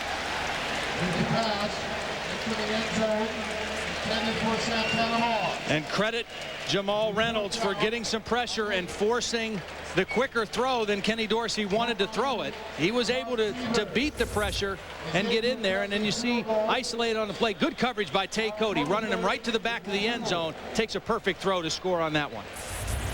Todd Severs will get a second chance now. This one from 32 yards out. Aaron Moser is the holder, and Chris Harvey will snap it.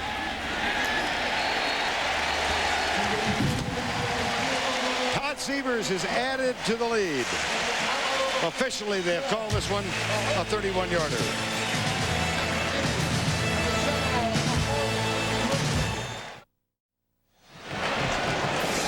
2:25 to go before the break. Miami has increased its lead to 17-0 after the 31-yard field goal. Now the half-flat trivia question. Winkie has won 25 as a starter, who holds the NCAA record for consecutive wins. Go all the way back to 69 and to 70. And the answer is Chuck Ely of Toledo, undefeated as a starter. And who is number 2 on the list? My old buddy Steve Davis with 28 wins at Oklahoma. They went 32-1-1. Nobody saw them because they were on probation the whole time. A fact which I have not let Steve Davis forget in the subsequent 25 years. His team, by the way, leading Texas 35-0. That says a lot about Chris Weinke. Coming after that horrible game he played against North Carolina State, not losing a game since then. But he's got a challenge right now, and one of the things Chris Weinke has done is played extremely well when his team is behind or responding after a team scores. Miami with a 17-point lead right now. Chris Weinke, plenty of time here in the first half to try to cut into that lead. There's a kick by Sievers. Travis Minor and Jeff Chaney are deep. This will be Travis Minor, number 23. And we have seen excellent coverage by the special teams of Miami today. Aaron Moser makes this tackle. Well, today's Army Heritage. They call the games wide right 1 and wide right 2. Field goal to win it. Good snap. Here's the kick. It is up. It is no good. Florida State trails 19-16. The snap is back. The kick is on the way. It is no good. Wide to the right. That was 91 and 92. Florida State has won the last 5. And they have, in fact, thumped Miami in those 5. What a pop. Nick Maddox tried to make the catch, and Philip Buchanan delivered the tackle. Right now, Miami wants to keep everything in front of them. Bringing a little pressure, playing zone defense, and a big hit by Buchanan to knock the ball loose. 3 defensive linemen again for Miami. 6 DBs. That's Morgan in the line. He is coming with the rush. It's a 4-man rush. Ball is tipped and incomplete. Damian Lewis, Dan Morgan, Jamal Green, Quincy Hips were the 4 who put the rush on them. This is a veteran offensive line of Florida State. 4 out of the 5 guys seniors, and you can't allow that kind of pressure on your quarterback when they're only rushing 3 or 4. They've got to do a better job up there. That was not good protection on that second down play for Chris Weinke. Out of the spread on 3rd and 10. Blitz. Nope. Dead ball foul. They're going to back Florida State up 5 more yards. A little early movement up front.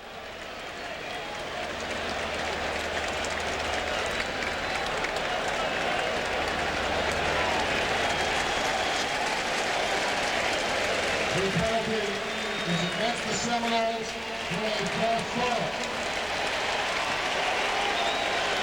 5-yard penalty. Let's go back and look at Dan Morgan on the previous play. Well, he's a terrific linebacker, great against the run, but he also has speed and a burst to be a good pass rusher. Is able to get in there in the throwing lane and disrupt the pass by Weinke. 3rd and 15, zone blitz. They got to him, Quincy Hips, but Weinke slips and then throws it. Minnis is wide open. Snoop Minnis with a huge play.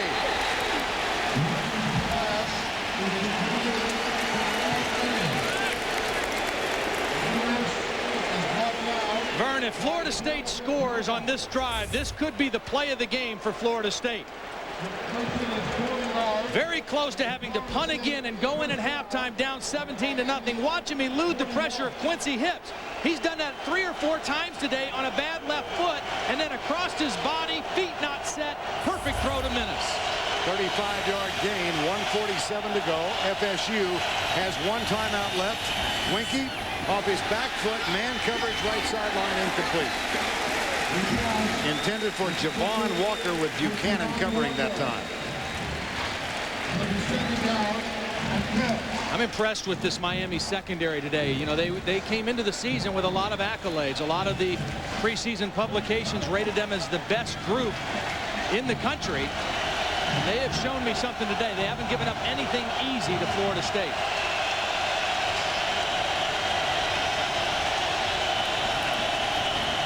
Miami blitzing again, picked off. A flag is down as well, so this one might be negated.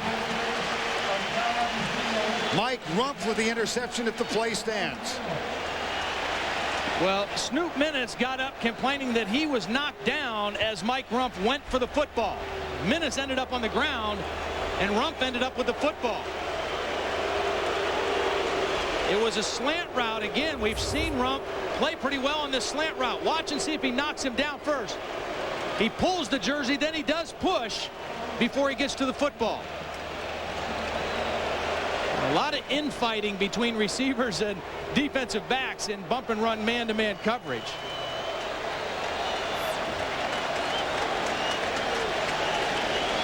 Mike Rumpf who returned a touchdown 45 yards or rather an interception for a touchdown recently. But this time the play is going to be negated. And a first down and 10, Florida State. Bump and run coverage, you can make a lot of contact as long as that receiver's in front of you. If he gets behind you, you got to keep your hands off of him. On first and 10, Winky looking left, drills it. Caught by Atruz Bell at the 20-yard line. And he picks up an additional 3 yards as he works his way to the left. Jonathan Vilma, number 51, with a tackle. It has been 12 years, that memorable 88 game. 31-0 was the final score in that one. That was the season opener, and it was number 1 against number 2 then. Ryan Sprague is in. Here's the toss. Cheney going right. Hurdles a tackle inside the 10 and down at the 9. Florida State only has 1 timeout, Vern, so we're under a minute now at 54 seconds. They've got to keep the thing moving here. Chris Wenke's going to try to save that timeout for as long as he can. If they get a first down, remember the clock will stop. 2nd and 2. Slip it to the fullback, McCray. He's down at the 5 with a first down. Now the clock will stop until they set the chains. Chris Wenke may spike the football here, or he may try to call a play right here with 35 seconds left. But the Seminoles in good position to attack the end zone. Javon Walker late onto the field. Heads out to the right side. Too much time, Vern. Taking too much time. Winke into the left corner. Incomplete. Intended for Bell. They are trying to run some personnel in late. Chris Wenke trying to change the play.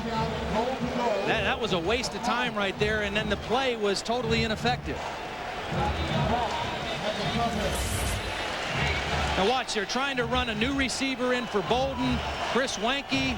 The clock is moving this whole time. Chris Wenke's trying to communicate the play. If you want to talk to him, call timeout and call a huddle. Anquan Bolden back in the field. He comes left. Atruz Bell splits out wide right. 2 tight ends and 2 running backs in the eye. Draw play up the middle. Cheney is stopped at the 2 and they call timeout. Haven't yet. Now timeout. 13 seconds to go.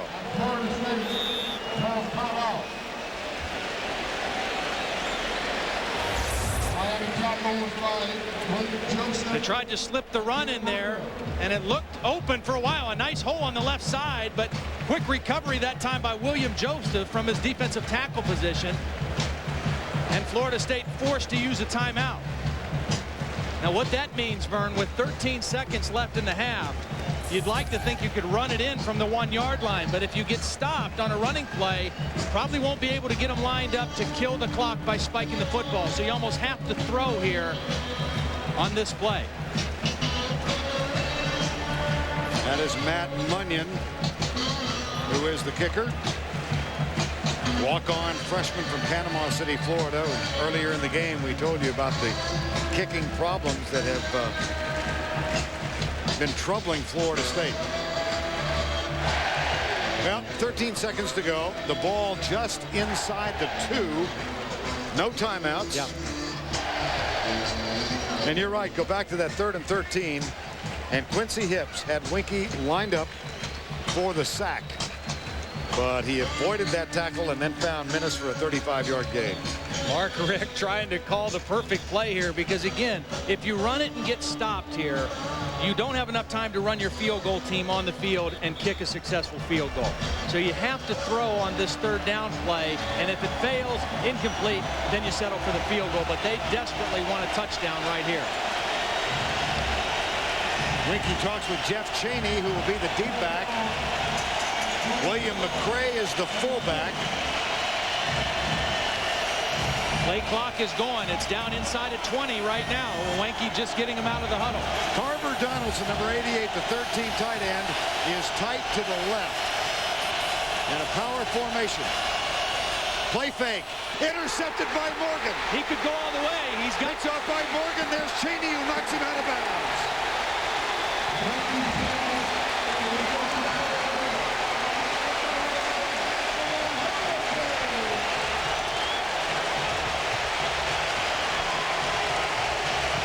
Two times in the red zone, Vern. They thought they could sneak the tight end in for an easy touchdown. They're trying to go right here, but watch Morgan read the play, get his hands on the football.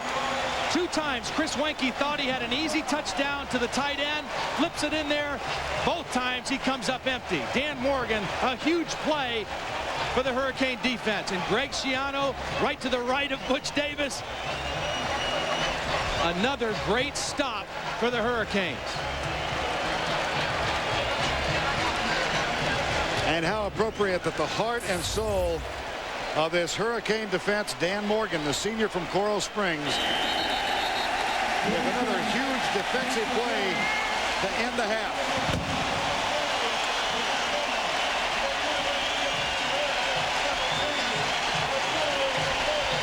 Let's go down to Jill Arrington. Coach Davis, your team came out with such aggressiveness. They've had their intensity level up the whole game. Are you pleased with that? I'm really proud of the players. It's early in the game. There's 30 minutes left.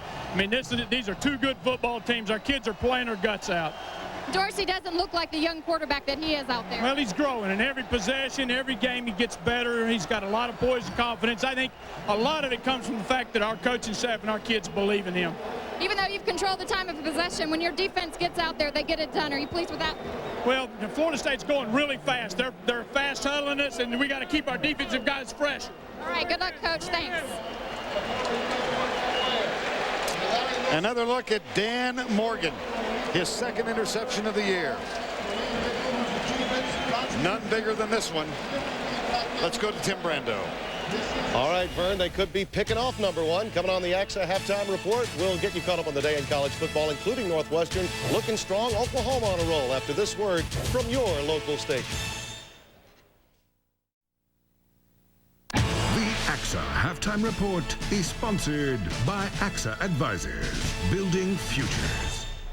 We welcome you back to the AXA halftime report with the score at the Orange Bowl. Miami leading Florida State 17-0. Tim Brando alongside Spencer Tillman. The last time Florida State came into the Orange Bowl number one, it was 17-0 Miami at the half. They went on to win it, Miami 31-0. And their defensive coordinator and offensive coordinator, both Coker, particularly on the offensive side, Miami's really putting it to Mickey Andrews. Yeah, you got to give Greg Schiano a lot of credit as well. They got him 1 for 7. He's holding FSU on third down, and they're 0 for 2 on fourth down occasions. That defense is primed and ready to go. As you look at him, you can see Chris Weinke is so frustrated. He is not himself. A couple of interceptions, not as accurate as the Chris Weinke we've known to this day. No doubt. Let's get you caught up now on some scores of today's games. Plenty of them. Temple and Virginia Tech.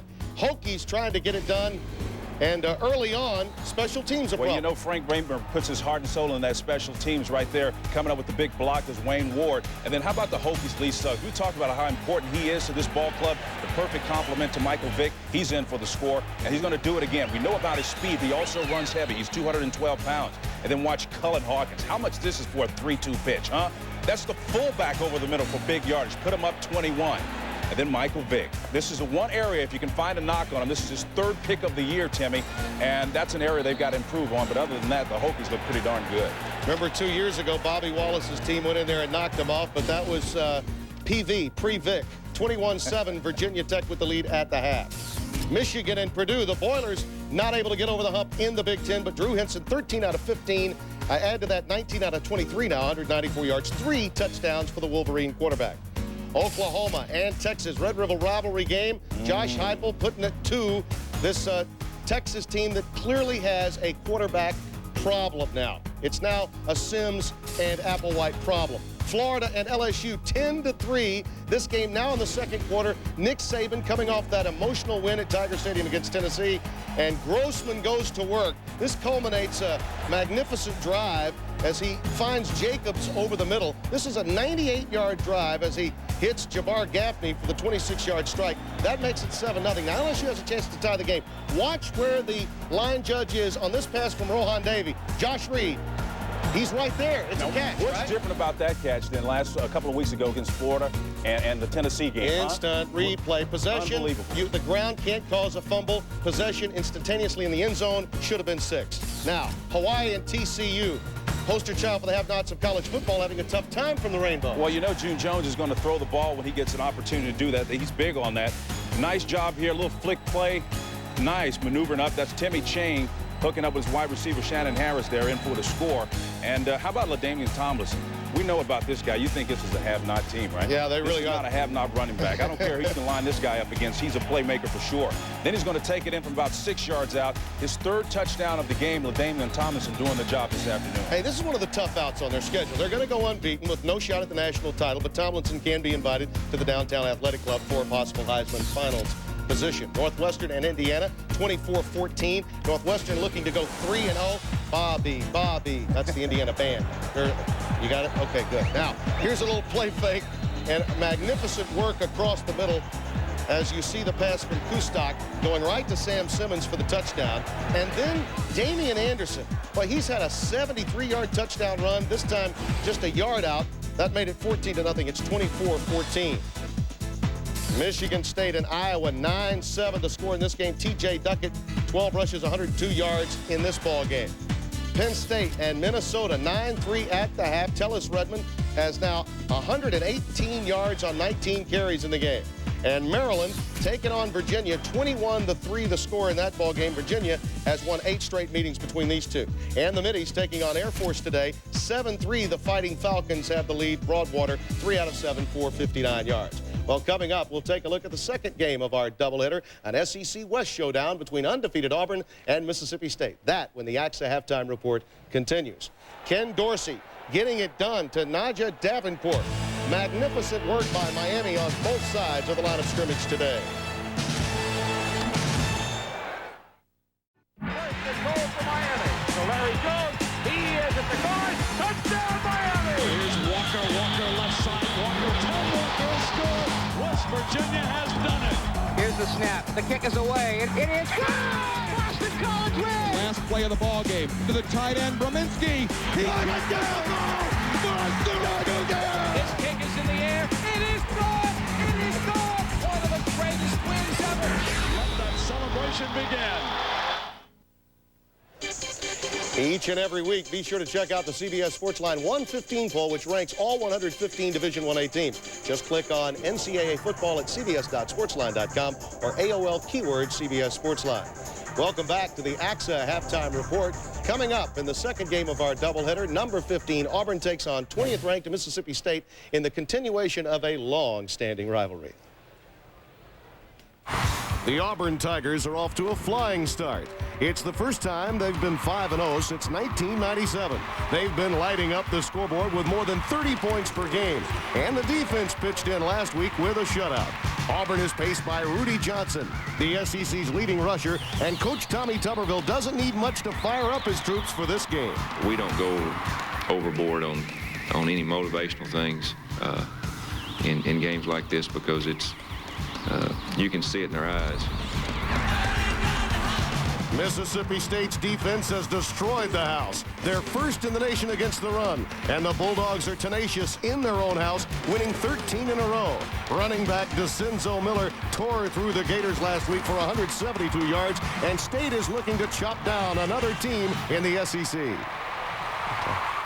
Obviously, this is a very important game. And, you know, I look at this matchup, Tuberville and Sherrill, not a lot of love lost between these two coaches because of the Ole Miss Mississippi State thing. You can even date it all the way back to the Texas A&M. You can take it a long ways back. This is old-style football, though. Power football. Great backs for Mississippi State. Rudy Johnson, maybe the MVP in the SEC to this point. Yeah, 143 yards rushing per game. That's going to be the challenge because Mississippi State does not give up a lot of yards rushing. 26 yards per game. That's pretty stiff. Those cover corners are going to be the key. I don't think there's any question. If you look at what Auburn defensively can do, they can stack the box against Mississippi State's ground attack and force Madkin to throw it with two of the best cover corners in the league. That's right, Kashir and Creighton on those corners out there. That brings the game back inside between the lines.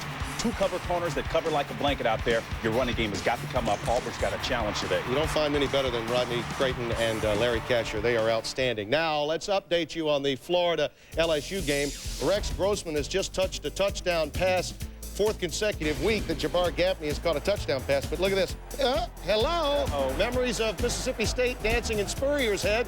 But it's a touchdown, a magnificent ad-lib job to Jabbar Gaffney. That makes it 17-3 just prior to the second quarter in that game. So the Gators trying to get back on track. LSU coming off that win against Tennessee. Now, Florida State, what can they do? What can Mark Richt, their offensive coordinator, do for Bowden to somehow get Winky and company into this game? Well, I think the key is Andrews on the other side of the ball. That's where the challenge has got to come from. He's got to get them 1, 2, 3 and off the field so they can have a shot to even score offensively. Mickey Andrews is on his shoulders. Yeah, Miami, if they win this game, opens the entire complexion, the landscape open for any Division I-A team to win a national title. Coming up the second half, Florida State and Miami. Thanks for watching. Enjoy the rest of the game. The AXA Halftime Report is sponsored by AXA Advisors, building futures. A university is a journey of discovery, transformation, achievement.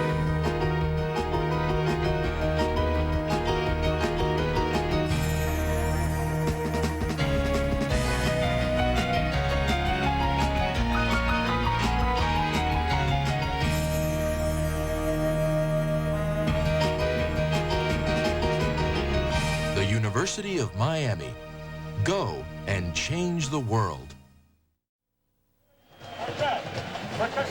Halftime in the Orange Bowl with the Miami Hurricanes leading the top-ranked Florida State Seminoles 17-0.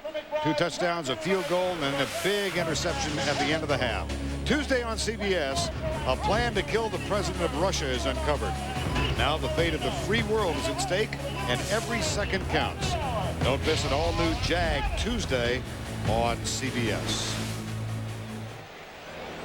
Ken Dorsey has led the way. The sophomore from California has thrilled the likes of Jim Kelly and Bernie Kosar.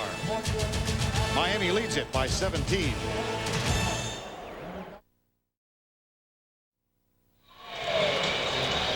Miami leads top-ranked Florida State by 17 as we get started quarter number 3. And let's go down and check in with Jill Arrington. Coach Bowden, your team struggled a little bit to get the momentum going in the Orange Bowl. What are you going to have to do to get in this game? We got to score. We're taking the ball down there and not throwing interceptions. We've been in the end zone twice and turned it over. We simply have got to score. Offensively, we're doing okay other than that. Well, Winky's thrown 2 interceptions. Is the foot affecting him at all? I don't think it's affecting him. The lack of preparation might be affecting, but it's some of that. They did a good job of anticipating what we were going to do. We threw a couple of passes we haven't thrown before, didn't think they'd be aware of them, and they picked them off. They're doing a great job. All right, thank you a lot, Coach. Good luck. Thank you. Thank you, Jill. 17-0. Last time Florida State was behind by 2 was just a little over a year ago at Clemson. They trailed 14-3 at the half, but came back to win that game. And a comparison to the quarterbacks, Todd Blackledge. Yeah, the biggest thing that stands out right there, the 2 interceptions by the more experienced guy, Chris Wanke. Bobby Bowden mentioned, thought they had some easy touchdowns trying to get the ball to tight end, but Miami came up and made 2 big plays to get interceptions. Florida State will receive to open quarter number 3. Todd Severs will do the kicking chores. And the deep duo for Florida State, number 1, Jeff Chaney, and number 23, Travis Minor. Minor over the shoulder, and that'll be a touchback, Florida State. Well, 17-0. It was a year ago, 21-21 at the end of the first half of play. Yeah, Miami scored 21 points last year and then got shut out in the second half. And as you mentioned, the big difference, Florida State scored right with them last year, was 21-21 at halftime. So a big hole for Chris Weinke and the Florida State offense right now. And Vern, I really think if Florida State is to get back in this game, Travis Minor has to become a factor in the second half. Only 10 yards rushing in the first half and no receptions coming out of the backfield. Miami defense has excelled in the third quarter. Here is Minor. Big run to open the second half. He takes a pop up high from Al Blades, number 7. But a gain of 14. Nice block by the fullback, William McCray. Travis Minor is a guy who is hoping to become the first guy to ever lead the Seminoles in rushing 4 years in a row. I mean, he plays big in big games, but he has been quiet so far today. Here's the toss right side to Minor. Cut back. Avoids one tackle from Chris Campbell and then runs into Edward Reed. Let's break it down statistically at the end of the first 2 quarters. The turnovers, very significant. Yeah, turnovers favor Miami. The time of possession, a big thing for Miami. That's why that Florida State defense got a little tired there. And Florida State 1 of 7 on third downs in the first half didn't help matters either. On second down, Weinke, flag is down. The pass complete to Robert Morgan, number 87. If it stands, it's a first down at the 47-yard line.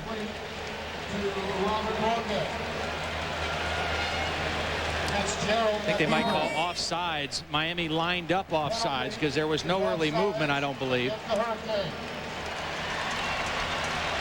That'll be a 15-yard gain then.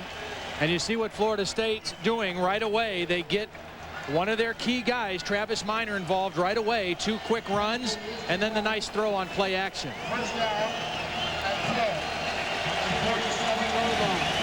Adrius Bell is on the field now in the slot to the right side. It's 1st and 10. 5 defensive backs in for the Hurricanes.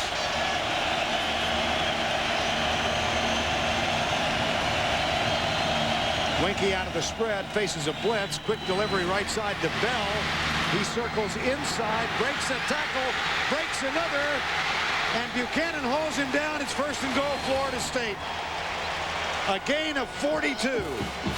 Vern, so often when you see big plays in the passing game, it doesn't have to be the 40-yard throw down the field. In a man-to-man coverage situations, if you catch the football and elude one tackler, as Bell did here, you can turn a short throw into a big gain. Now watch Buchanan try to smack the ball out at the end, and Bell does a nice job feeling it from behind and protecting the football.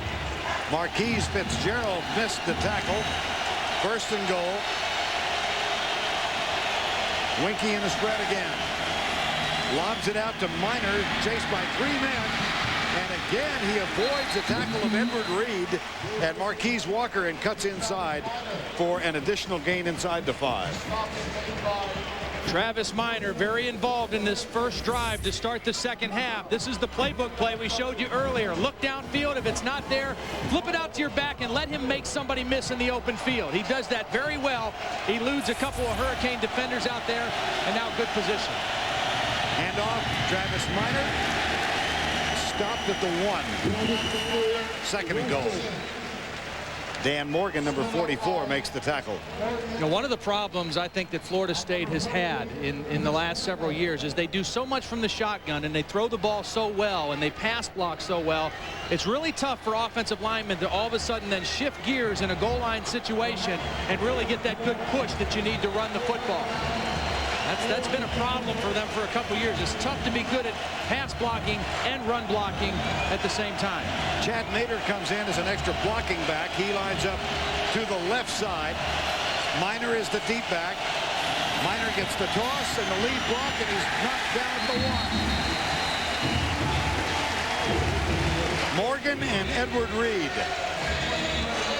Quincy Hips with great pressure inside, getting the penetration. Watch Hips right here get across the line and just destroy this play. He doesn't get the tackle, but he was there first and made the play go the other way.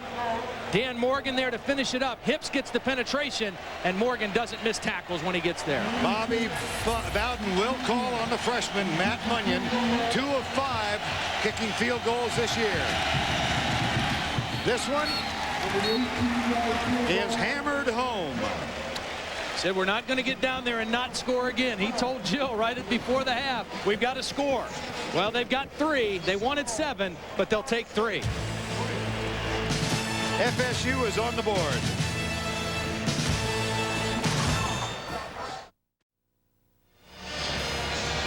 Opening drive of the third quarter for Florida State has Greg Schiano, the Miami defensive coordinator, trying to inspire his kids. They did hold them to a field goal after a 1st and goal. So a 17-3 score now. Florida State getting a little encouragement, I would think, from that opening drive. Yeah, very encouraging, and I'm sure Mickey Andrews on the Florida State sideline doing the same thing with his defense. They need a big stop here. Chance Galtney is the kickoff man, and he runs into his own man, Aaron Moser. And football. He was rolled down at the 15-yard line. It was Darryl Jones. He bumped into number 26, Aaron Moser. And there's another flag on the far side of the field. We'll take a look at the play now. You know, it started off bad when he ran into his own guy, and that was a good call. The ground did cause the fumble, hit the ground, and then the ball is going to come out. The end of the play, on the ground, ball comes out. But a penalty on Florida State, I believe. Yes, there is a flag at the 35-yard line. Looks like this one will come back. Captain! Come on, tell me what you want to do.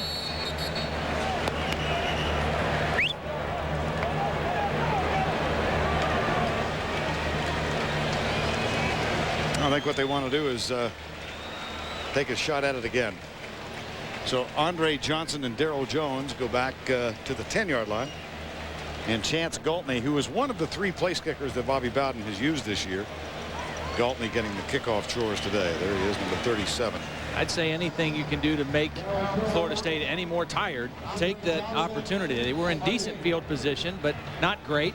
Make them kick it again. Make this kickoff coverage team run downfield one more time.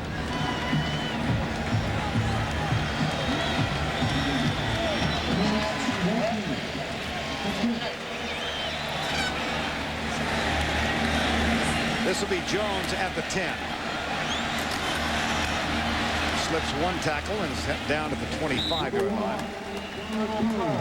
From which point Miami comes on offense. Coming up tomorrow on the NFL Today, Jim Nantz, Mike Ditka, Craig James, Randy Cross, and Jerry Glanville. Join them for all the latest NFL news and information. And as the Colts, Peyton Manning and the Patriots, Drew Bledsoe get set to square off, Marcus Allen asked to bear the last of a dying breed. Then stay with the gang at halftime for the NASDAQ.com halftime report.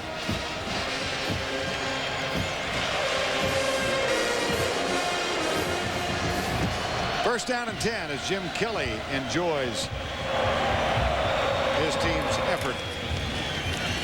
And off to Jackson. 1 yard out to the 25-yard line.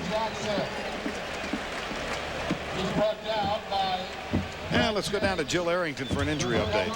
Florida State injury update on linebacker Tommy Pauly. He got a laceration on his right hand. They put some stitches in it at halftime, but he's back on the field, guys. All right, Jill, thank you. You know, I think, Vern, the pressure is on the Florida State defense, and in particular, the 2 inside tackles, Darnell Dockett and Jeff Womble, and they're playing at the tackle position. They've got to play better here in the second half for the Seminoles. Second down, the toss to Jackson on a sweep. Good pursuit defensively, and he does manage to get just 1 yard as Bradley Jennings, number 44, makes the tackle. And I've been struck also, Todd, that we have not called the name of Jamal Reynolds much at all. Yeah. They've done a good job of running the football enough to use play action. They've brought some different people at him. They've rolled away from him a little bit. And Miami has not done a whole lot of just straight drop back where the quarterback has either been in a shotgun or in a set position all the time. And they've kind of taken him out of the ball game because of that. Reynolds with 1 tackle thus far, going up against Bryant McKinney. Play fake, shovel pass. Good defensive pursuit. Chris Woods, number 98. And this is another way that you take that rush away. You invite him up the field this time. Nobody even blocks Jamal Reynolds because they want to run the shovel pass underneath him. He can't make the play on the shovel pass, but someone else did. Chris Woods does a nice job chasing from the backside, as does Tommy Polley, and they get the good pursuit.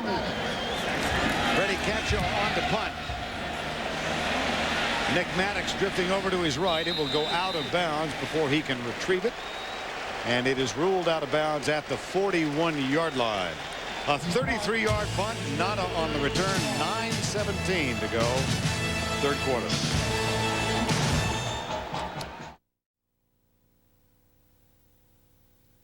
The Home Depot College Football on CBS is sponsored by Suzuki, Burger King. On first down, Winky finds his fullback, William McCray, number 36. There's a flag down as well. Vern, watch Damian Lewis again. He's the key to this Miami defense. Watch him just explode through the center and get to Chris Weinke. Gets a little quick jump off the football, and then Weinke, all he can do is unload the thing.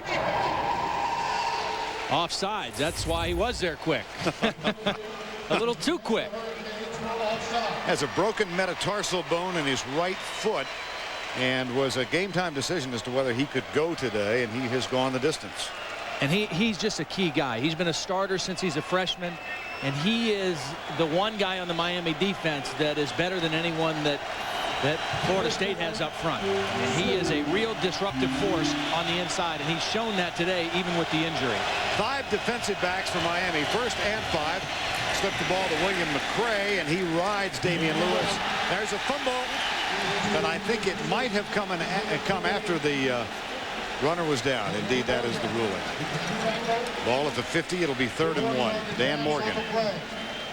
Dan Morgan said he grew up as a Miami fan in Pennsylvania. His dad, Dan Jr., and his mom, Cass, moved down here when he was 13 years old. His dad serves as a personal assistant to Dan Marino. 2nd down and 1. Winky out to Travis Minor. Now, is that a lateral? No, it's ruled an incomplete pass, but close. Yeah. And that's one of their favorite plays. You read the coverage, zone defense. You look downfield first. If it's not there, get it quickly to your running back on the flare and let him run out in open space. But we've seen Robert Morgan do it twice, and now Travis Minor. You can't run with the football until you have the football. 3rd and 1. Chris Weinke, senior quarterback, has gone the distance despite the sprain in his left foot. On 3rd and 1, here comes the blitz, the toss. Minor comes right.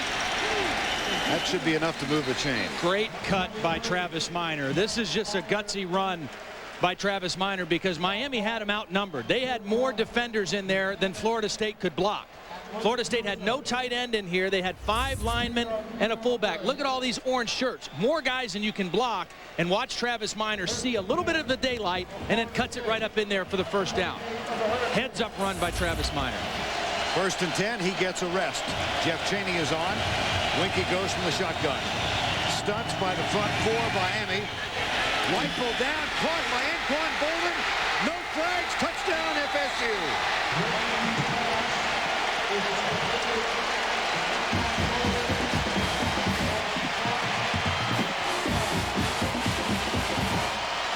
Just what Mark Richt and the Florida State offense needed. Al Blades was victimized on that play. The free safety, the senior, it's cover 2. The corner is going to ride him for a little bit, then turn him loose to the safety. And Al Blades went for the interception. Bad angle, and Bolden makes the catch and the run. Bad angle by the free safety, Al Blades. Munyon with the extra point. And that is not a given for Matt Munyon. He has missed 3 this year. Anquan Bolden's first touchdown of the season. It's a 17-10 game.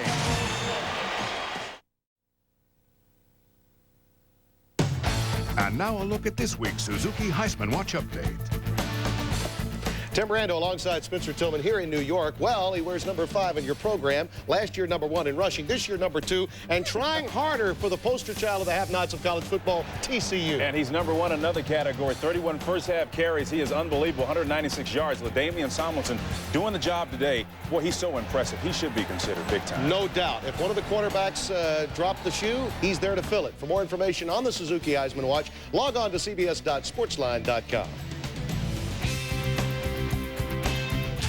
The Home Depot College Football on CBS is sponsored by Suzuki, Burger King, IBM, and by the United States Army.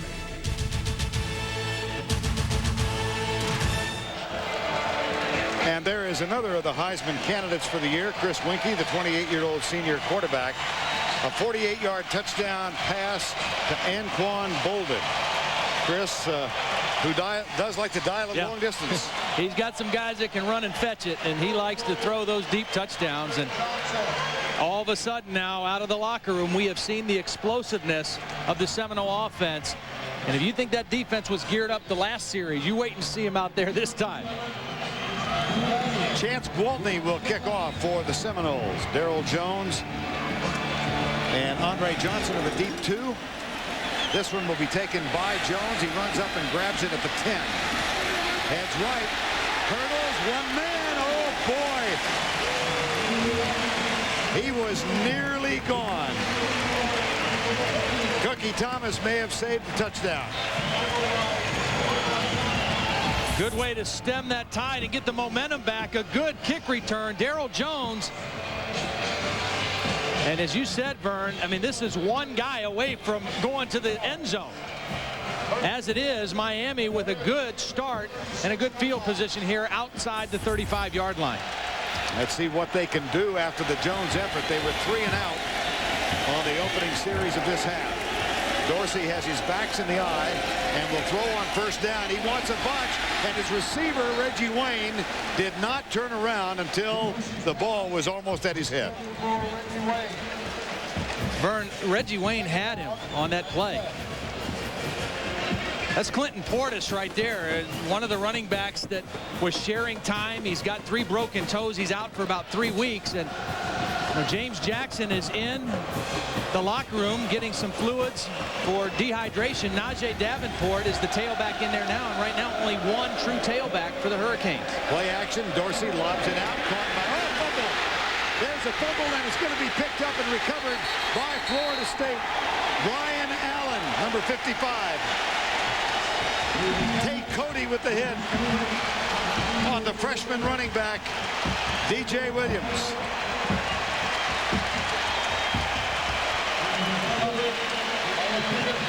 A 3 and out on the previous possession. Now a turnover on this defensive possession. Tate Cody with the hit on the freshman. He's going to knock the ball loose. DJ was protecting the football, just the helmet right on the football. And then Brian Allen, at this point, he wants to score. And then he realizes, hey, just recover it and give the football to our offense.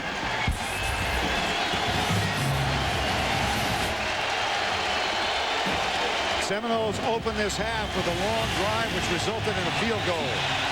On their second set, they get a 48-yard touchdown. This is number 3, 6 defensive backs in for the Miami Hurricanes, and the play clock is down at 0. Unbelievable. They come off the sideline. I mean, this isn't even between plays. Chris Weinke, as a 3-year starter, he's got to be more aware of that. That's a little surprising. Come off the sideline, you know what you want to call. It's a sudden change, yeah, with the turnover, but you can't afford to come out there and give up that 5 yards. That is the 4th delay of game penalty against FSU in the game. I mean, certainly the crowd noise is a factor, and you're trying to check off, but you can't afford to have that on a change of possession, first down. 1st and 15. Blitz. Max blitz. They go for Bolden right side. Single coverage downfield from Leonard Myers, number 22. But the Hurricanes brought 8 that time. Yeah, they brought everybody and took their chances out on the corner. And it looked like there was a little miscommunication between Weinke and Bolden on that one. They had the beautiful hookup for the touchdown earlier. That one, they were a little off on each other. 2nd and 15. Jill Arrington has passed along this information. Dan Morgan is in the locker room. They're looking at his hand. That's as much as we know right now. 4-man rush. Weinke on a line behind his intended receiver, Robert Morgan. It'll be 3rd and 15, and Chris Weinke took a pop from Damian Lewis. Flag thrown.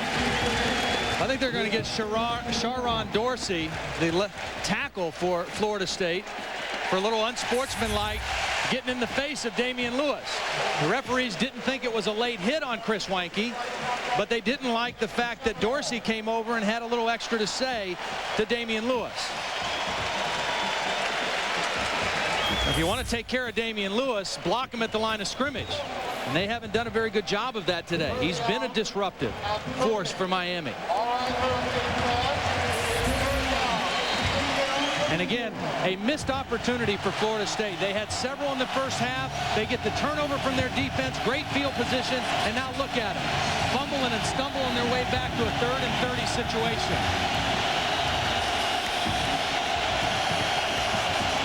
6 DBs in again for Miami. They will blitz and drop 3. Winky with time goes deep left side for Atruz Bell. Incomplete. Good defensive coverage by Mike Rumpf. He was stride for stride with Atruz Bell.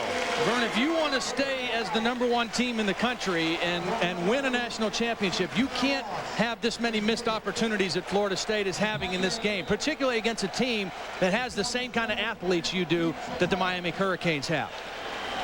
Had some great chances here, and they have not taken advantage of them. Well, and they've been mental mistakes, which is surprising. Mostly mental, you're right. Discipline. 4th down. Cottrell is on to punt. Santana Moss grabs it, heads right.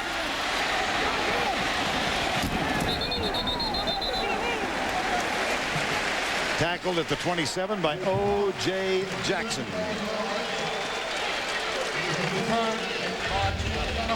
Friday on CBS. Don't miss the new show TV Guide calls Electrifying Entertainment with eye-popping stunts.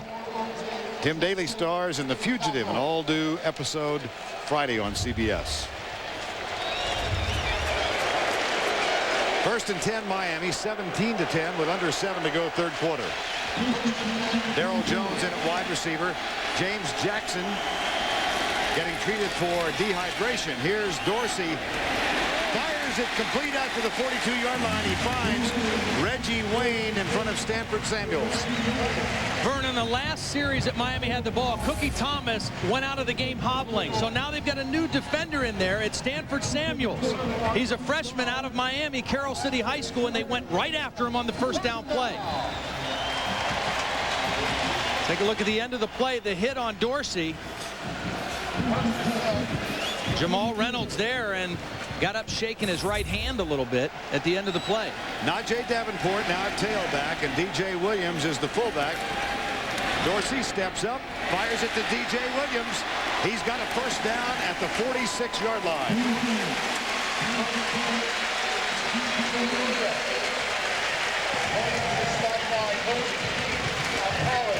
And let's check in with Jill Arrington. I talked to the Miami training staff. Dan Morgan is in the locker room suffering dehydration. So is James Jackson. They're both in there receiving fluids, but they should return to the game soon. All right, Jill, thank you. Those are 2 critical players for this Miami team on both sides of the ball. That was a good job by DJ Williams protecting the football a little bit better than the last time. Ball at the 45, 1st and 10. Deep handoff, Najee Davenport. This one will come back. That's an illegal motion penalty.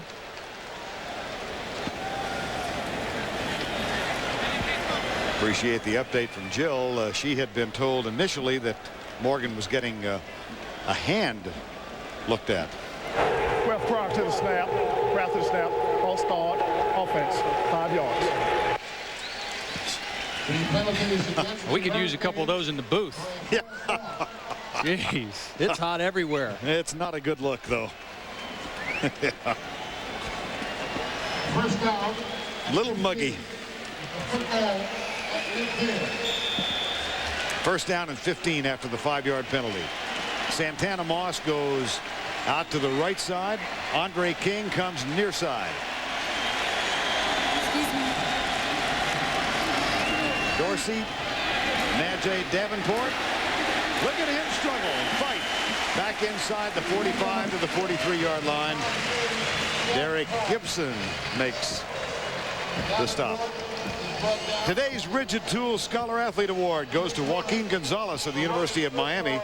Rigid Tools' commitment to the investment of our future is shown today by donating $1,000 to the University of Miami General Scholarship Fund. Joaquin has been such a stand-up scholar athlete for Miami. Grew up a fan of the Hurricanes since he was a little kid. On second down, play fake. Dorsey got a man wide open. Robert Williams. First down at the 30-yard line. Beautiful job of deception in the backfield by Dorsey. Well, again, they had the huge run by Najee Davenport, the good tough run. Now they go play action, run the bootleg, and nobody picks up Robert Williams. Take a look at this now. You sell the fake, Robert Williams is going to slip out here, and nobody's going to find him. Run the ball, then play action. Run the ball, then play action, and a nice, easy throw and catch. Reggie Wayne goes wide right. Jones is wide left. 1st and 10 at the 29. Play fake again. Dorsey drills it. Got a man. Darrell Jones at the 23-yard line. How is Michael Vick doing? Let's get an update and go back to Tim Brendo.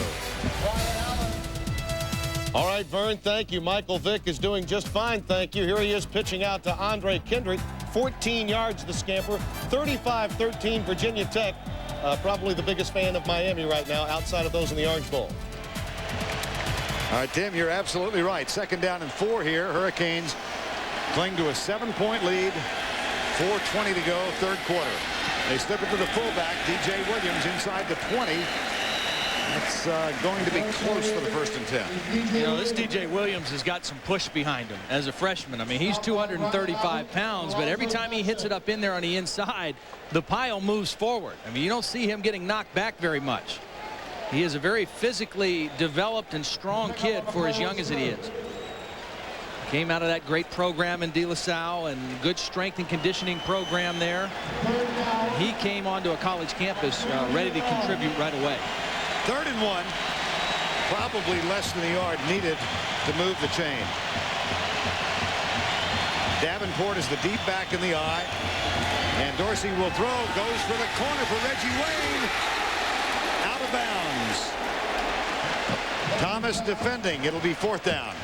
Remember, Thomas was out for a couple plays after being injured a little bit. He's back in and head up on Reggie Wayne. And what Thomas does so well here is know that, hey, I've got the sideline that I can use as an extra defender. Keep pushing him to the sideline, forcing him to the outside, and the ball just a little too far outside for Reggie Wayne. Good job of Cleveland Thomas using the sideline to help him. Todd Sievers is 1 of 2 kicking field goals today. The redshirt sophomore tries this from 37 yards away. Got it just inside the right upright.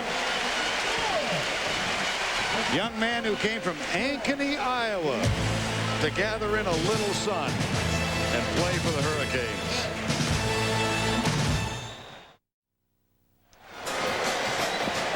Time now for the Exxon scoring update. Najee Davenport got the first touchdown of the game, a 22-yard pass reception from Ken Dorsey to put Miami up by 1. Then DJ Williams, a 1-yard run. And toward the latter part of the half, Todd Sievers with a 31-yard field goal. That made it 17-0. Munyon kicked a field goal to get Florida State on the board in the 3rd quarter. And Quan Bolden caught this touchdown pass from Chris Winkie to make it 17-10. And then just a moment ago, Sievers from 37 yards out, his 2nd field goal, and that's how we got here. We are at 20-10 in a pretty decent ball game. And that was a huge turnaround right there for the Miami Hurricanes. You remember the Florida State got the turnover, great field position for the Seminoles. They went backwards, got nothing out of that drive, and Miami responded by coming right down the field and adding to their lead with the field goal. So a huge turnaround momentum-wise for the Miami Hurricanes here in the 3rd quarter. Todd Sievers will kick off. Miami up by 10. 3:28 to go, quarter number 3. This is the 9th time, I beg your pardon, that these two teams have met when both were ranked in the top 10. The 9th time, and Miami has won 5 of the previous 8. They lead it by 10 here.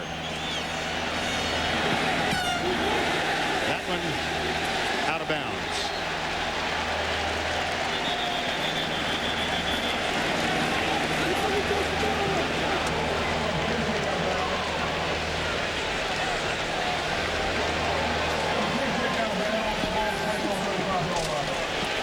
And move it back.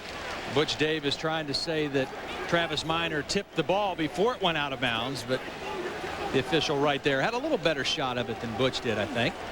Let's see what kind of shot we've got. Here's a look. Did he or did he not?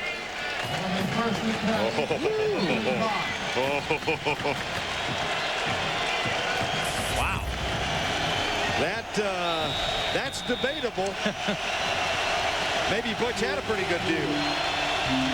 I know Travis Minor did not argue with the call. Got out of the way in a hurry. What a pop. Jeff Chaney hit by Jonathan Vilma, who is playing in the spot normally occupied by Dan Morgan. Morgan continues to get treatment for dehydration. Vilma, a freshman high schooler out of Coral Gables, Florida. There are 28 guys on these respective sidelines. 28 who played against each other in one combination or another in high school. Extraordinary. 2nd down and 12.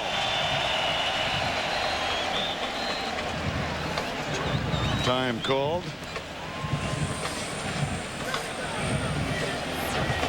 Seven of those players played at Miami Carroll City. You see 4 from FSU and 3 from Miami of the 28 in all.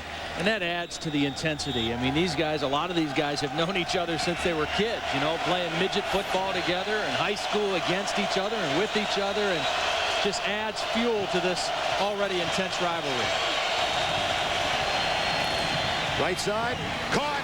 Bolden almost breaks a tackle again of Al Blades. It was Bolden and Blades who got together on what became a touchdown.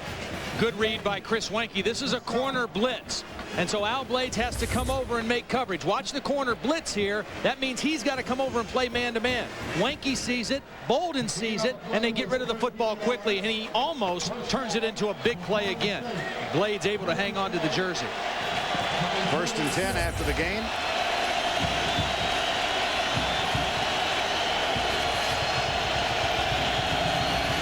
Jared Mood, the center, looks back and makes sure they're in agreement on the snap count. Hand off to Chaney, and he picks up 4 down to the 50-yard line. And let's check in with Jill Arrington. Florida State's offensive coordinator, Coach Mark Richt, knows all about this Florida State-Miami rivalry. That's because he was the backup to Jim Kelly. Jim Kelly was injured. He had to go in and play. So if Outson has to go in, he can get some good advice from Coach Richt about what it's like to play in this big rivalry.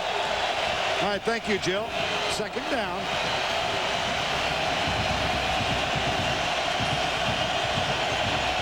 Mark Richt actually got a start for the Miami Hurricanes against FSU in '82. Here's a pump fake and a little mix-up on the out route. Robert Morgan and Chris Wenke had not read the same playbook.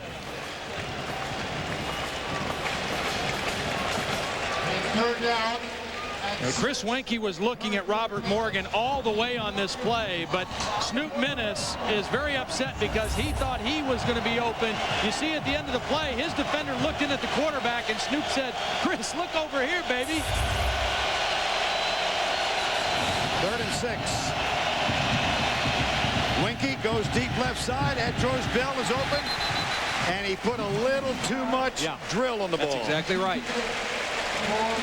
The less air you put under the ball, the more perfect the throw has to be. And he had Bell open right in a nice spot. But again, just has to be a perfect throw if you don't put enough air under it. Now that brings on Keith Cottrell, his 5th punt of the day. Santana Moss awaits the punt at the 10-yard line.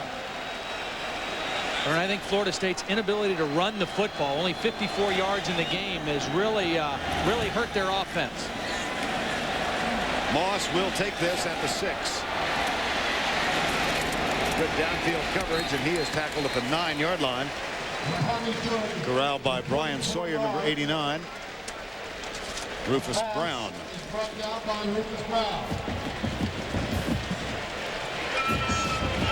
see Santana Moss walking off the field like that, he's got a little look of discouragement in his face. You know, I mean, he knows he's a big-time player.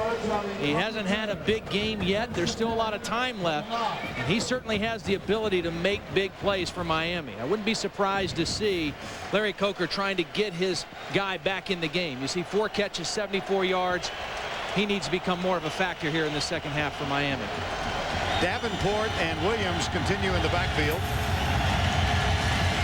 Here's Dorsey back into the flat for DJ Williams. And a nice job of defense. Wow. By Derek Gibson. Wow. Nice play. I mean, this is a big, strong safety. One of the best strong safeties in college football. Expected to be a high NFL draft choice. 6'2", 207. Played his high school football here in Miami at Killian High School. And watch him just stand up, the bigger DJ Williams, and just keep driving. That is good open field work by the strong safety. Dorsey for the day, 17 of 26. 215 yards and a touchdown. They slipped the ball at the middle to Najee Davenport. He's out across the 16. That will bring up a 3rd down and, well, depending on the spot, probably 4 yards. And that's the 3rd time in the ball game that they have faked the reverse to Santana Moss. And Florida State so far has paid good attention to it. I mean, they know what he's capable of doing. But one of these times, he's going to get the football in that little action. And all they're hoping for is that soon Florida State's going to forget about him. They're going to just know that, hey, they haven't given it to him yet, and one of these times they're going to slip him the football. 3rd and 3 with 13 seconds to go before the end of the 3rd quarter. I think Butch Davis wants them to let the quarter end. And they do have time in the play clock to allow that to happen. So that is the end of 3 with our score. 20-10. We'll return to the Orange Bowl right after this message and a word from your local station.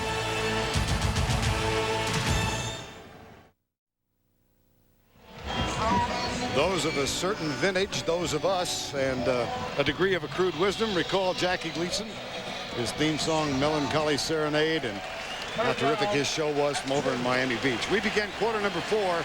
And make note of this, the Hurricanes in the last 15 years have lost twice in 134 games with a 3rd quarter lead.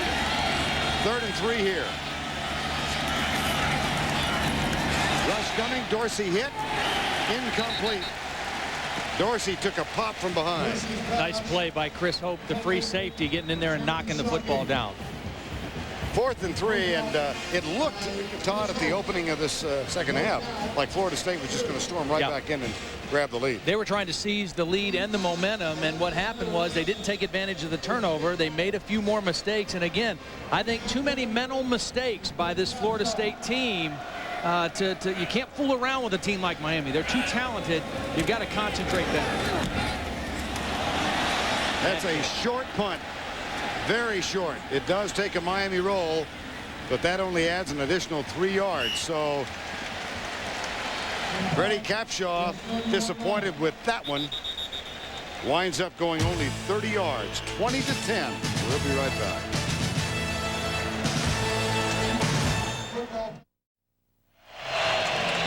.46 to go. Dan Morgan has returned to the field, number 44. Good news for the Miami defense. Winky will get the snap from the 43 on 1st and 10. Safety blitz. Winky deep right side. A flag is down. The ball is knocked loose, intended for Menace at the 13-yard line. Leonard Myers with good coverage. So a lot going on in that play. Flag thrown deep in the Miami secondary. Would indicate it's going to go against the Hurricanes.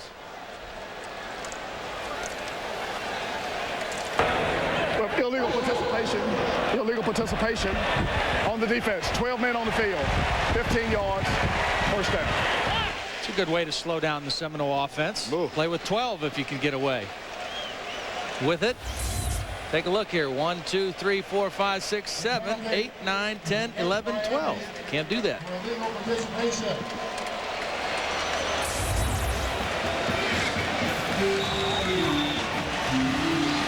So the Seminoles have a 1st down now at the 32-yard line.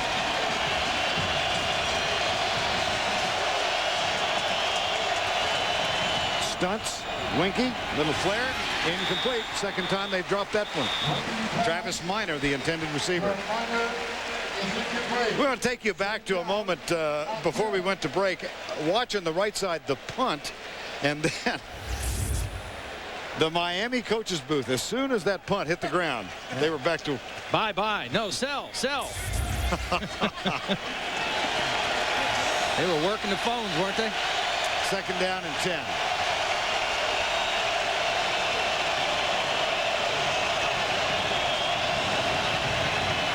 Again, stunts by the defensive line. And again, good coverage by Morgan. And a flag thrown. This might go either way. You know, Vern, I think it's going to go on Leonard Myers, but the only problem he had here is he read this play so quickly. He anticipated so quickly that he was there waiting for the football and had contact with Menace.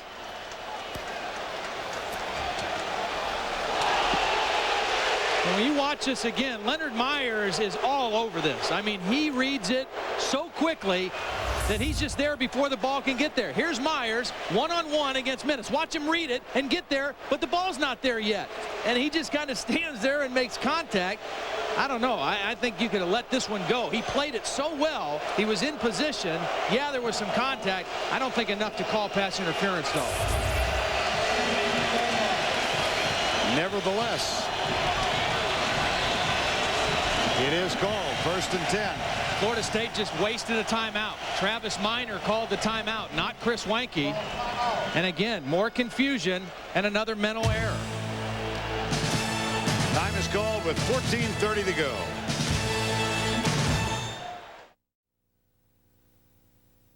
The Home Depot College Football on CBS is sponsored by Volkswagen, Sprint PCS, CBSMarketWatch.com, and by the Home Depot.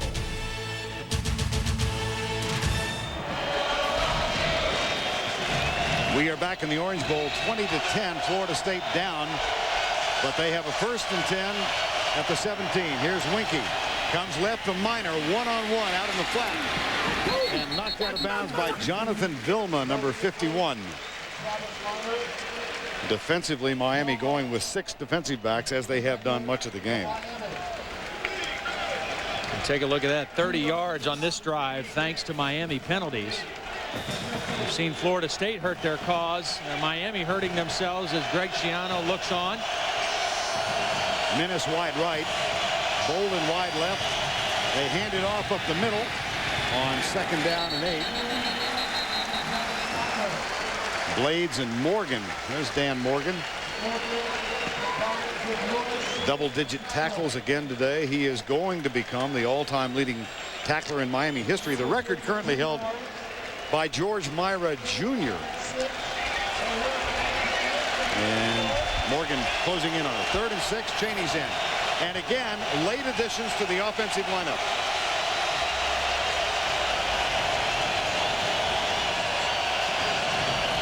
Damian Lewis comes across. Wow, this could be an easy 5 yards. And play clock running down. Florida State obviously confused a little bit. And Damian Lewis may have just given them 5 easy ones. Yep. Well, Butch Davis, what he's mad at is saying you're not allowed to run players in late like that and have that many people on the field at the same time. But there was obvious confusion from Florida State. But Damian Lewis is lined up right over the nose of the football. He knows he can't move until the ball is snapped. So a little mental error by Damian. Again, they don't huddle, so look at all this action going on. Guys running on, guys running off. Calling to play at the line of scrimmage, and Florida State very fortunate that time. So the Seminoles go from 3rd and 6 to 3rd and 1, which changes the complexion of this Big play. difference. 3rd and 1, down by 10. McCray, William McCray, the fullback, plunges over right guard. Appeared to have enough to give SFU a fresh series of downs. In this drive, 35 yards in penalties now against Miami. And you called it, that last one. That going from 3rd and 6 to 3rd and 1. That is huge. Second game of the doubleheader coming up from Starkville. Auburn against Mississippi State. Jeff Chaney is the deep back in the eye. Timeout has been called by Miami. So the Hurricanes use one of their allotment of 3. Time is called with 13:21 to go.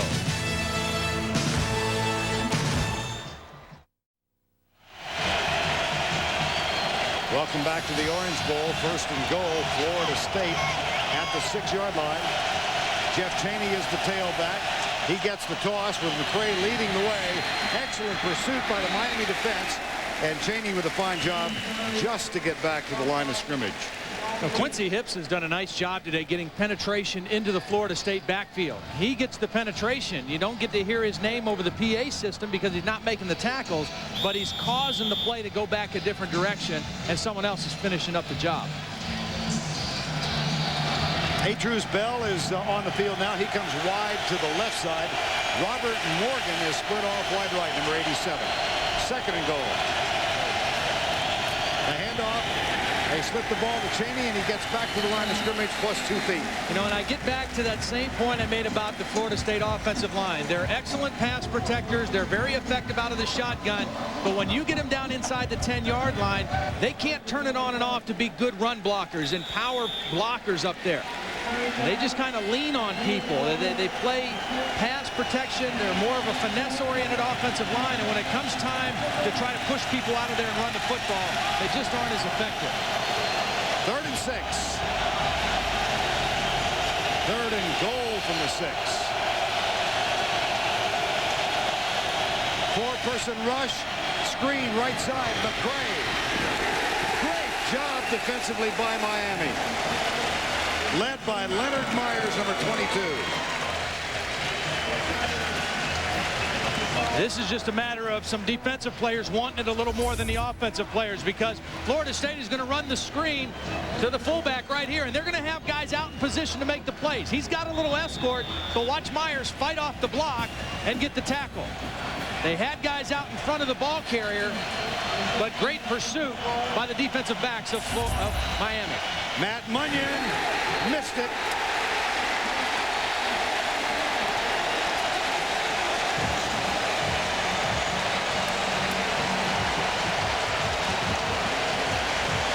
The distance of the field goal attempt matched Leonard Myers' number. He flat pulled it from 22. We had told you about the problems in place kicking from Florida State. So much of it mental, Vern. This should be a chip shot for any Division I college kicker. Never has a chance. And Munyon right away, I mean, knew it as soon as he kicked it. And this is not a confident kid kicking the football.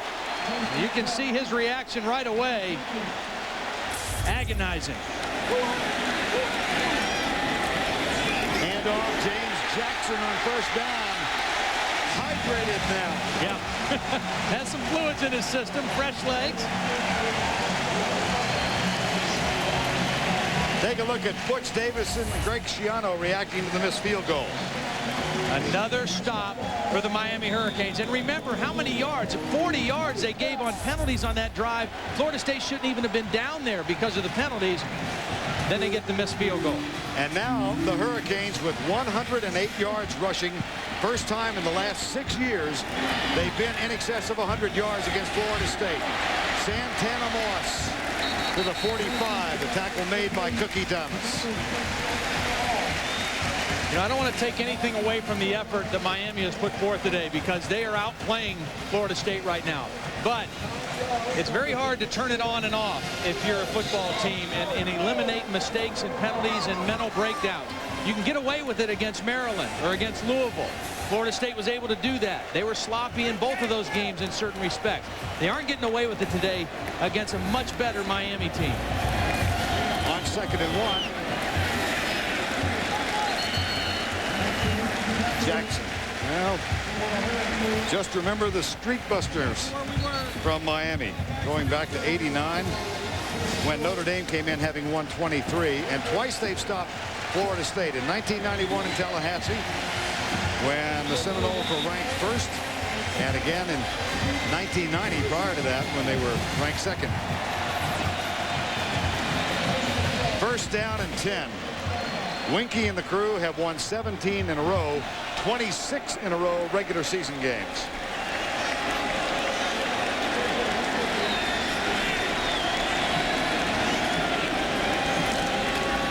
Hand off. Jackson to the 49-yard line. Now Butch Davis in his career at Miami, winless against Florida State and Virginia Tech. Lost one to Penn State, 1-1 against UCLA. Been a thorn in his side and a point of criticism. And this game here, the Florida State game, is the measuring stick for Miami. Everybody asks the question, is Miami back? Do they belong back in the upper echelon of college football? And this is the game that determines that. Jackson continues to run. Well, we talked to Chris Winky yesterday and asked if he thought Miami was back. He said, yeah, I believe they are, but I don't think they'll really be back until they beat us. 5 in a row the Seminoles have been able to win. It's gotten closer each year. I mean, the margin of victory for Florida State has gone down. And in this case, now 8 minutes and 50 seconds away from reversing the trend, the Miami Hurricanes are. And Ken Dorsey doing a nice job of using the clock right now, too. Making the clock work against Florida State as well. 3rd and 4. That one intercepted, dropped. Oh, baby. May have been the best play that Santana Moss made this entire football game right there. Santana Moss just made an outstanding play, turning into a defensive back and knocking the football away from Chris Hope. Hope has this interception on the rebound. Now watch Santana Moss knock it out of his hands. That's a sure interception, and Santana Moss becomes a defensive back. May have been the best play he's made in the entire football game. Freddie Capshaw shanked one 30 yards last time out. Gets the good snap, no pressure, and sails this one. And a fair catch call. The ball will bounce and go into the end zone. 49 yards on the punt. Touchback. We'll be right back.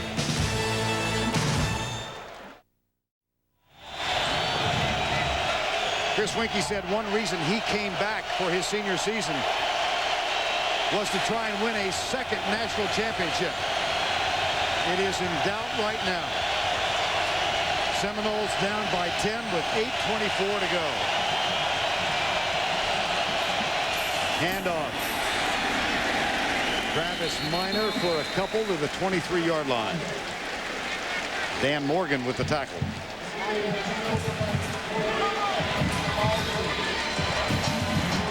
Now right now Bobby Bowden has to be thinking too, we've got to score twice to win or tie this game. We need to score this first touchdown as quick as possible so we don't have to count on a field goal necessarily to put it into overtime. Maybe we can win with 2 touchdowns, but we better score the first one as quick as possible.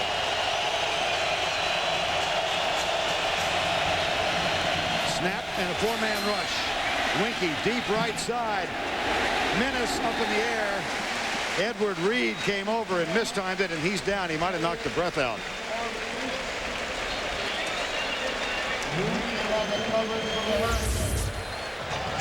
This is a good job by Ed Reed coming over. Cover 2 again. Corner turns him loose. There's a soft spot in the defense, and watch Reed come over and get right at the play, get up and get a hand on the football. Good effort by Ed Reed. Menace goes high, goes higher than Reed, but Reed able to get a hand on the football.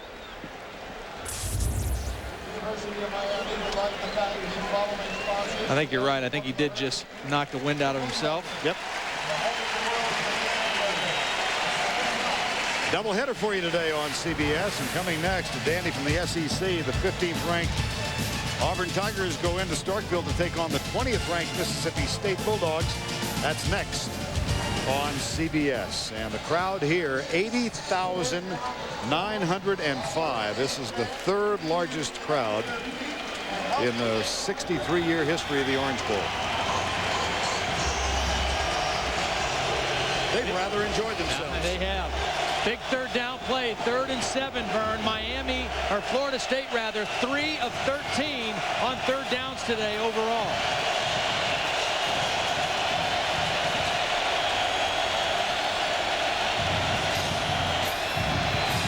Winky, deep in the middle, incomplete.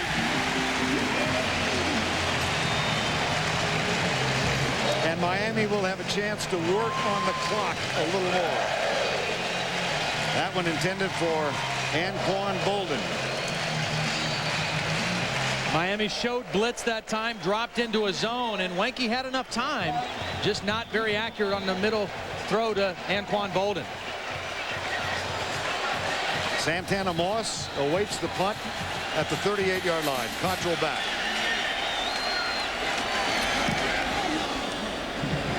Moss drifts back and grabs it at the 27. Somewhat tentative on the return. 12 yards after the 50-yard punt.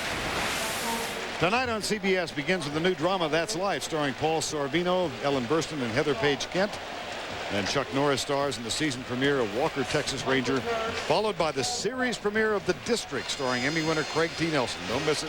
All tonight on CBS. 7:26 to go. Miami led 17-0 at the half. Florida State scored 10 unanswered with ease to open the third quarter. Here's Dorsey. Lobs it out for his tight end, and good coverage from Brian Allen on Ivan Mercer. And remember what Butch Davis was telling us yesterday, that Dorsey, a kind of quiet-mannered young man, is beginning to develop a little bit of an attitude as a quarterback. Well, he's beginning to assert himself a little more as the leader of this football team, which the quarterback has to do. And, you know, he's been a little more willing to jump on a receiver if he doesn't run the right route or cuts the route short. And, you know, that's what the great quarterbacks here at Miami have done. They have to be the leader, the focal point of this offense. Here's Dorsey to the quick setup, finds the tight end. Mercer rumbles across the 50, and with emphasis gets a first down after the pickup of 12 yards. Chris Hope with a tackle. Boy, just made a huge completion there on 2nd and 10. What has Ken Dorsey done today? He's made some nice throws off the play action. The first touchdown pass to Najee Davenport. He's had poise in the pocket. He's stood in there. He's made some good throws downfield. And he's been the leader of the football team. He's protected the football, and he's done a nice job running the offense. And he has yet to throw an interception this season. Najee Davenport. See DJ Williams get stiffened that time as he tried to lay the block. Well, the CBS Sportsline stat of the game. In the last 12 meetings between these two teams, the team with the most rushing yards has won. And for the first time in 6 years this afternoon, Miami has gone over 100 yards. For complete college football coverage, go to cbs.sportsline.com. You know, both these teams have good, talented runners, Vern, and what that stat comes down to is that the Miami offensive line played better than the Florida State offensive line today, no question. Dorsey flings it.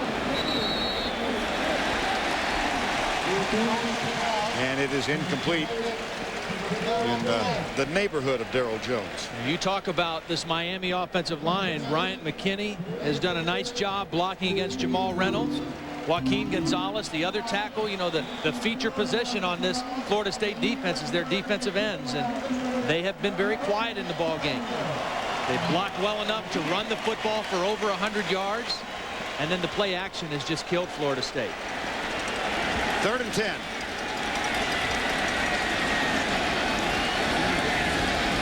Screen pass, left side. Jackson never had a chance. Hit in the backfield by Chris Hope. It'll be 4th down. Tommy Pauly was also out there, number 29. There's Pauly.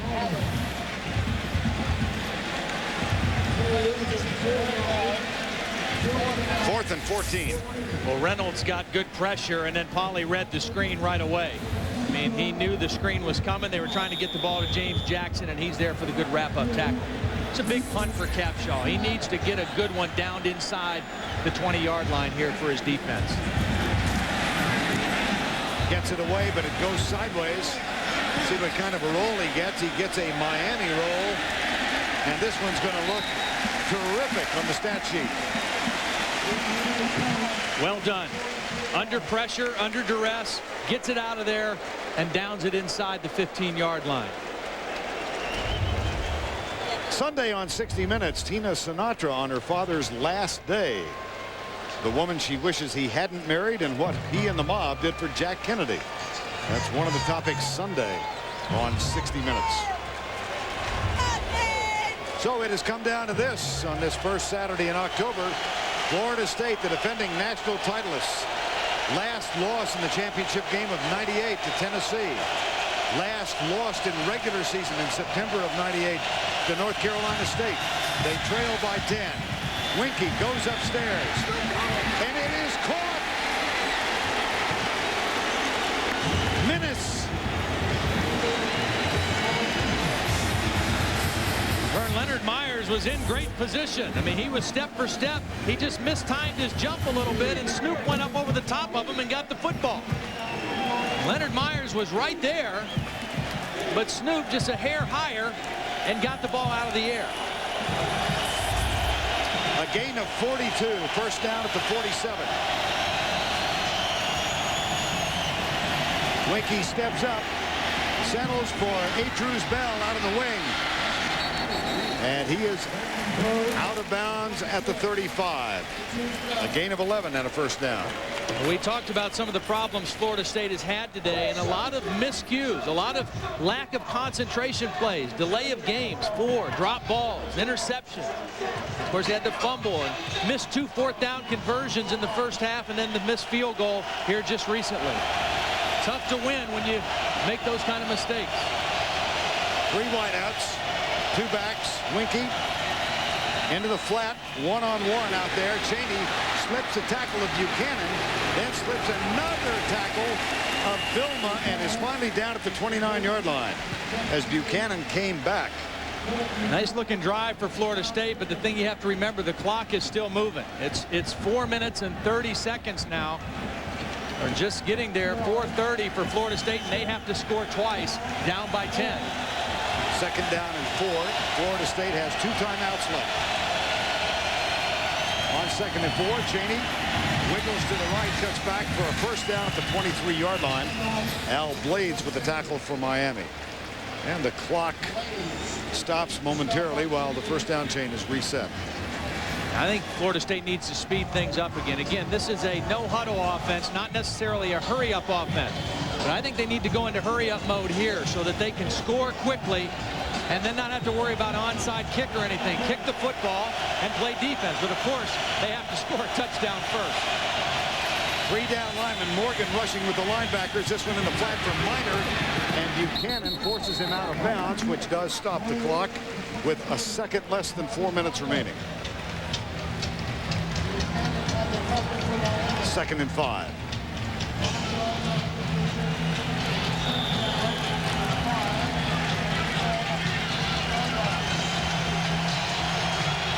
Robert Morgan laid onto the field. He's in the slot to the right. Miami rushes 3. Winky drills it toward the goal line. Bolden first and goal at the 4-yard line after the catch. But they're down in their dead zone again, Vern. Inside the 5-yard line. They have not been very good down here so far in the ball game. Look at them in the red zone. 5 possessions, 0 touchdowns. Travis Minor, the deep back in the eye. They slip it to the fullback, McCray. He gets 2. It'll be second and goal at the 2. 3:45 remaining. And that's just fine with Greg Schiano, because even if they score, if they stop them on a couple plays, it just means more time getting eaten off the clock. We're down at 3 minutes and 30 seconds now, and again, not a lot of urgency on the part of Florida State. Menace and Morgan wide right, Bolden to the left. Winky throws the fade in the end zone and overthrows Menace, who was well covered by Leonard Myers. Third down.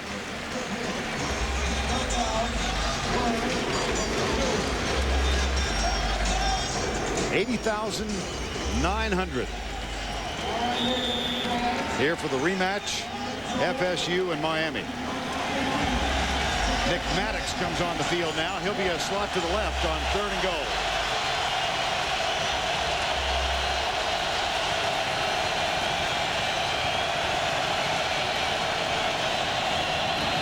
rushes three. Into the end zone. Touchdown, Bolden, his second of the day.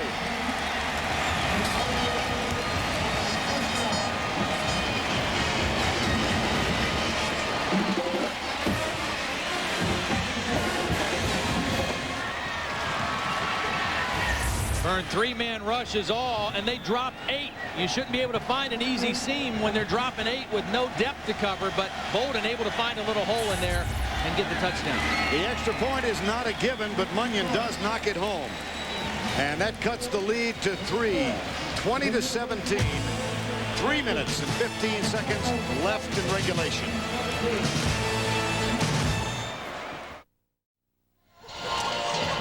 Anquan Bolden with his second touchdown catch, one 48 yards, this one 2 yards. A 9-play Florida State drive, 89 yards. The big one was the scramble catch as Leonard Myers went up for the interception, and Snoop Minnis caught one for 42. And that helped propel Florida State the rest of the distance for the touchdown. Now, 3:15 to go. Both teams 2 timeouts left. FSU with a 17-game win streak on the line. If you're Florida State here, Vern, you're thinking, let's get great coverage, make them start inside the 20, and then hope our defense can get the ball back quickly. If you're Miami, you're saying, James Jackson, you've been our horse today. You got hydrated in the locker room. We need you right now on this drive. Here's Chance Gwaltney's kick. Comes left. Touchback.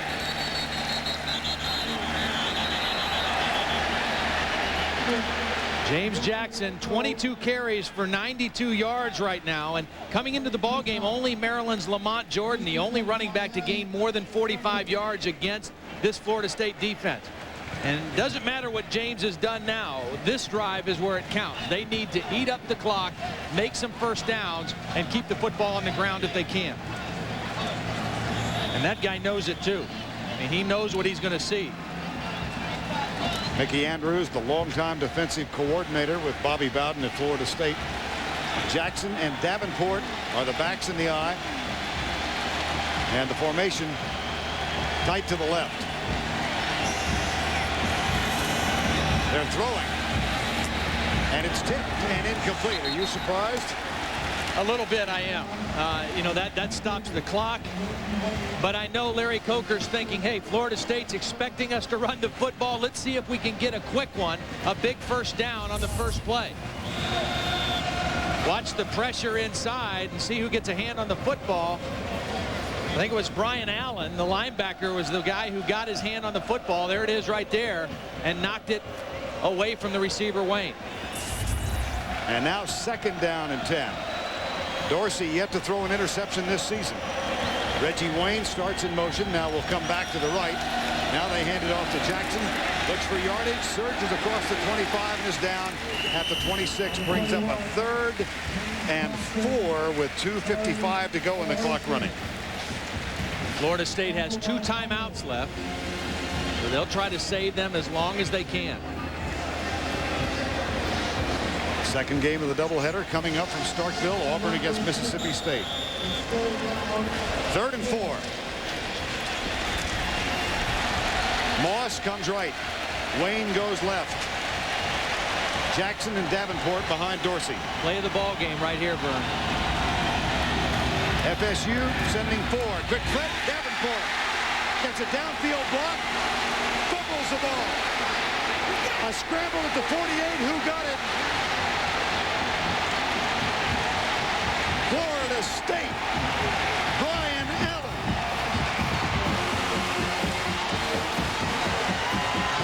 Vern, I said this was going to be the play of the ball game, and it may very well be. It looked like Miami was perfect. Najee Davenport, the catch across the middle. Easy first down and more, but watch the end of the play. The ball gets stripped out. Tay Cody rips it out, and Brian Allen falls on it.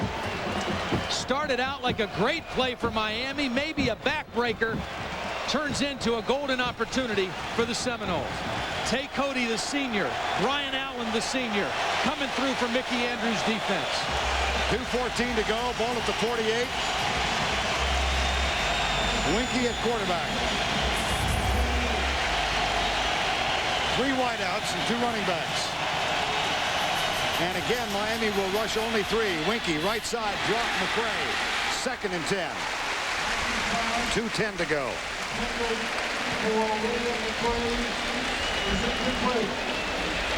My, oh my. We knew it was going to be good, didn't we, partner? 2nd and 10.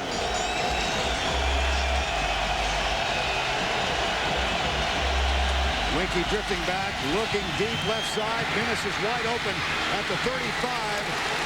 He moves the ball inside the 30 to the 29 as Dan Morgan went for the tomahawk. And how big is that missed field goal looming now? They're down 3. Plus, what's Bobby Bowden thinking? Are we looking to send this to overtime and try another field goal? Or are we going to really play aggressively for a touchdown? I think they're playing aggressively for the touchdown and try to win it on this possession. 1st and 10 at the 29-yard line. Now 4-person rush. Winky pumps once, comes out, lobs it for McCray, incomplete. 2nd and 10 again. 1:43 to go.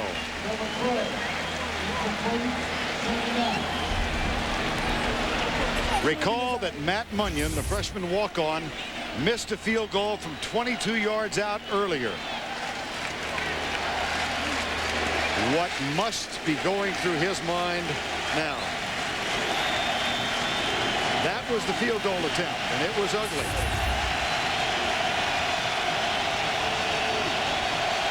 Second and 10. 6 DBs. Play fake. Winky down the middle. Got a man. Touchdown. A-Cruz Bell.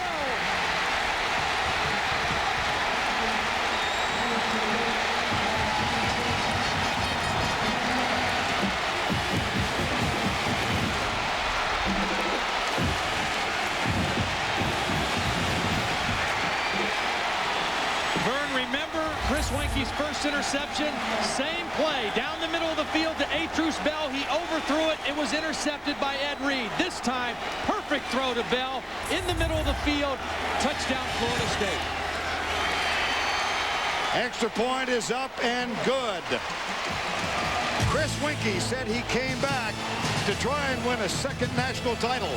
The Trans still may be alive.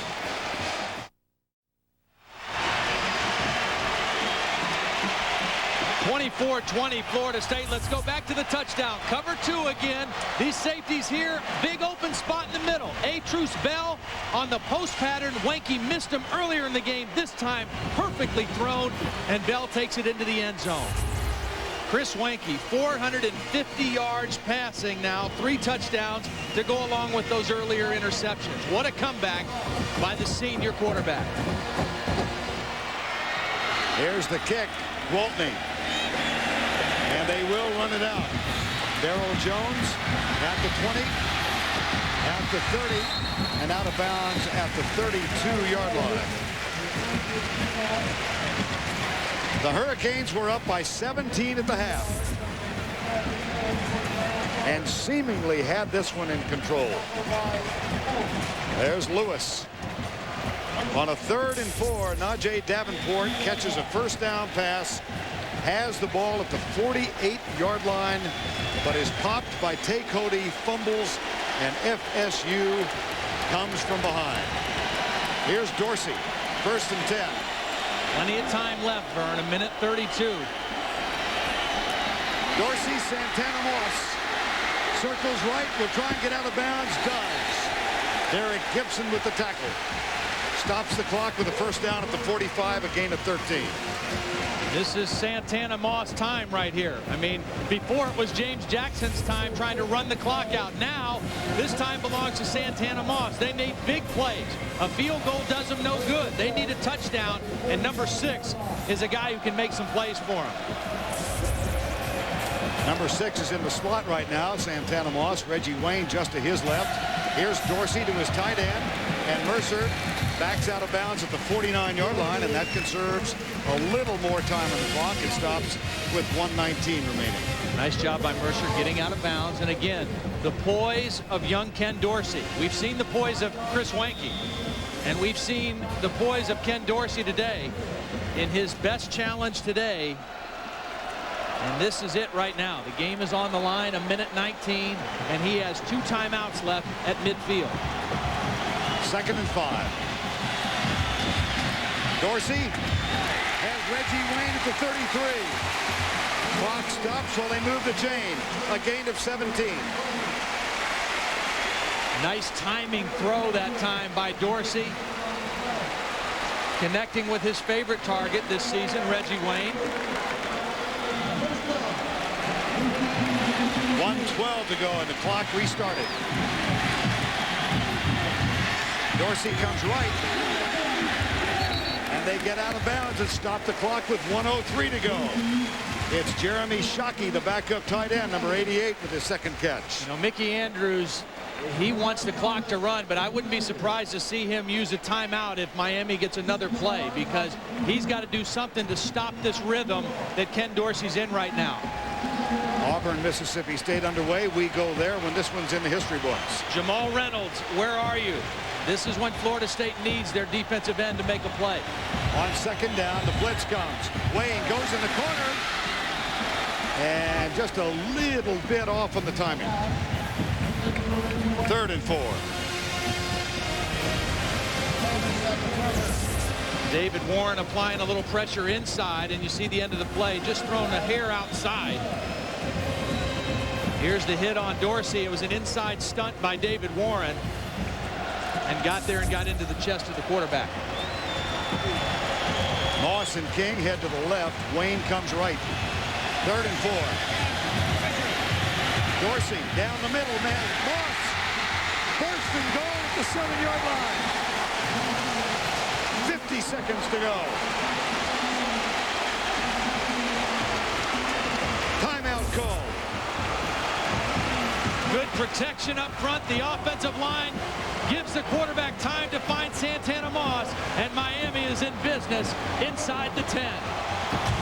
Time call. Hope you'll come back with us. Think you might.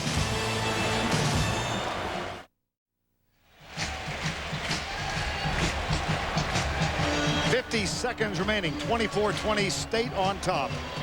But a 1st down and goal just inside the 8. And after Santana Moss's catch, we had some conversation of an unpleasant nature in the Florida State secondary. Stanford Samuels, Chris Hope. Moss and King go wide left. Wayne comes wide right. 1 running back. That's Jackson.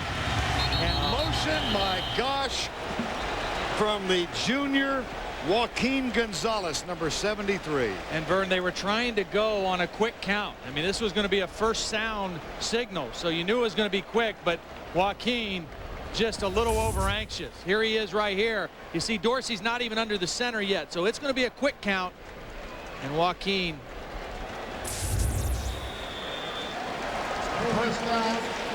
That is the 13th penalty in the ball game against Miami.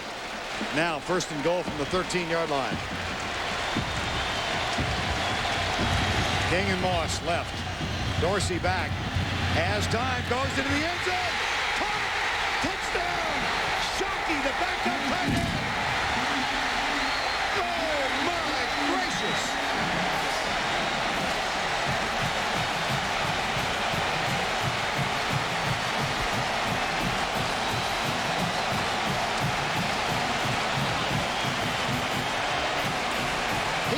Junior college transfer from Ada, Oklahoma. Played last year for Northeastern JC. Could he have imagined? Sievers with the extra point.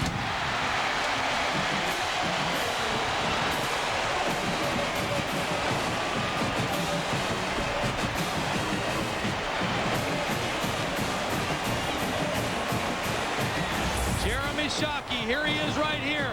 So much attention on the wideouts. The tight end against Brian Allen, one of the best defensive players on this team. He's beaten, and the ball is delivered where it needs to be. And a huge touchdown for the Hurricane. Again, so much attention paid to Santana Moss, the wideouts, the tight end, one-on-one on Brian Allen, and a perfect throw by Ken Dorsey.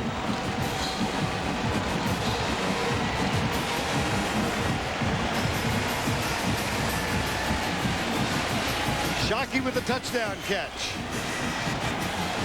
And Dorsey takes a beating but doesn't mind.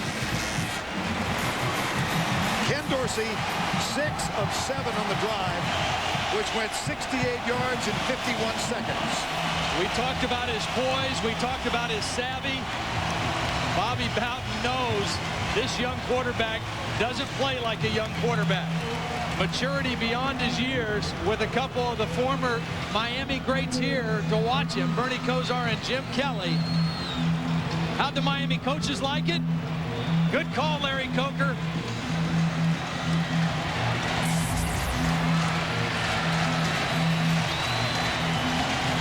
Jeff Cheney, Travis Minor are the deep men.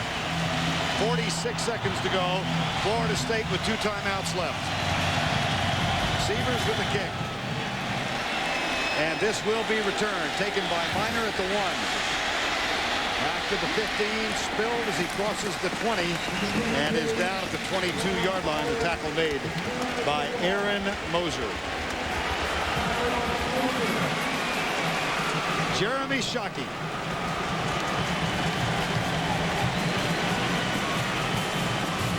You said it, Vern. Would he have ever dreamed of it? You know, Mercer, the more physical tight end. Shockey, the more versatile receiving guy. And what a play for Jeremy Shockey. 42 seconds to go. Florida State has 2 timeouts. And 42 seconds. Miami will rush 3. Winky. Clock continues to run unless they use one of their timeouts, and they have now stopped the clock with 37 seconds to go as Robert Morgan makes the tackle. Makes the catch, and Dan Morgan makes the tackle. Every once in a while you find yourself caught with 2 too many Morgans.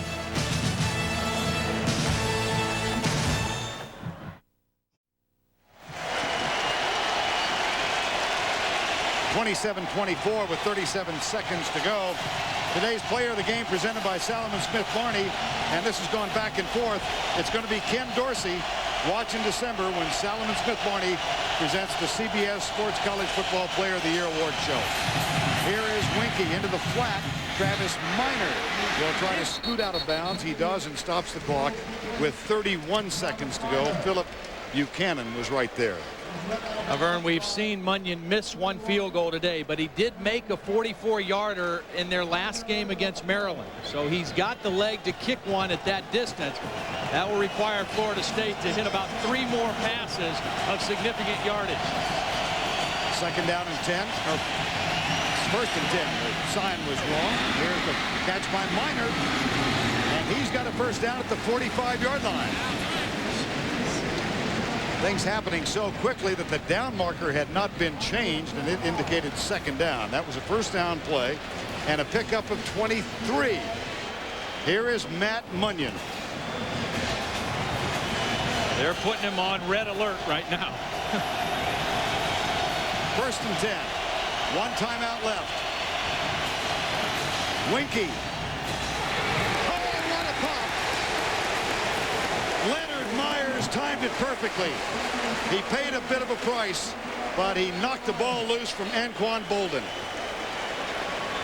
Well, you called it. I mean, he did pay a price on this. Leonard Myers is going to come over the top on this and times it perfectly and separates Bolden from the football. But he got the worst of that collision.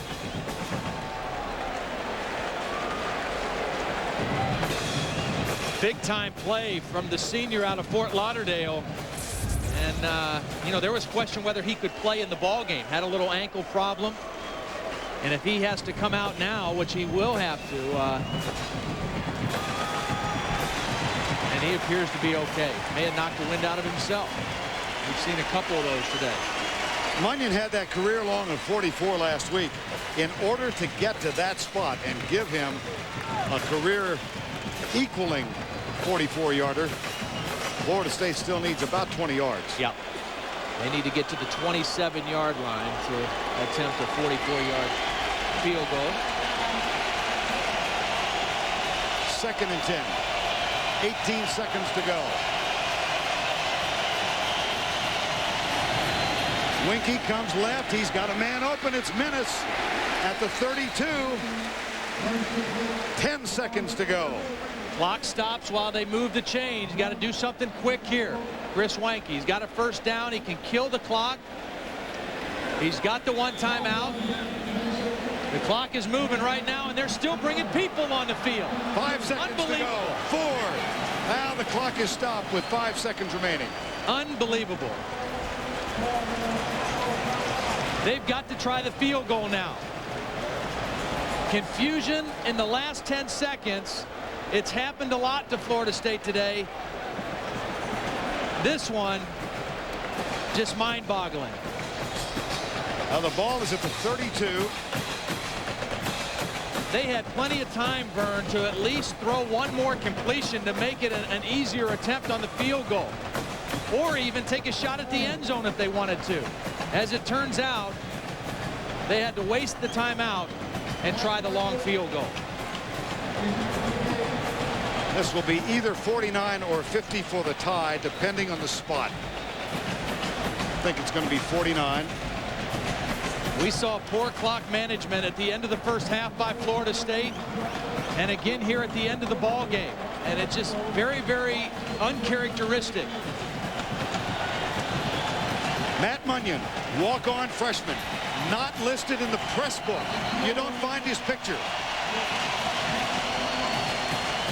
And Miami's going to try and ice some already frayed nerves. They call timeout.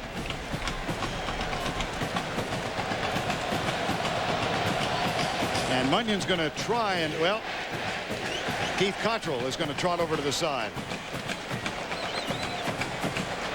Remember 1991?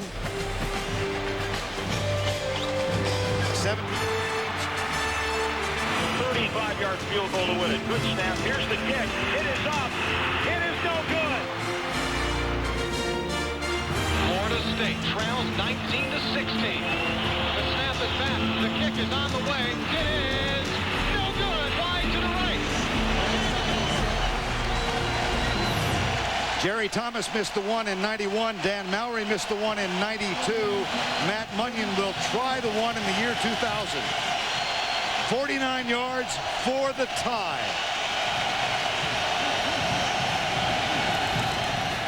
He's got the distance.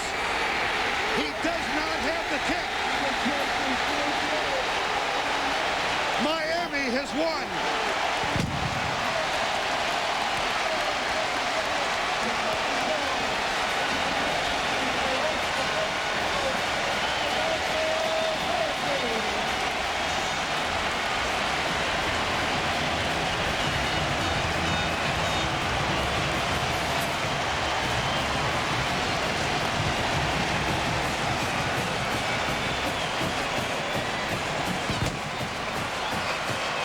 Another look at Matt Munyon's kick. It looked like he caught it pretty solid, Vern. He got a good boot into it. It got up quick enough. Can you say wide right 3? Unbelievable. Plenty of leg, just not the right direction for Matt Munyon.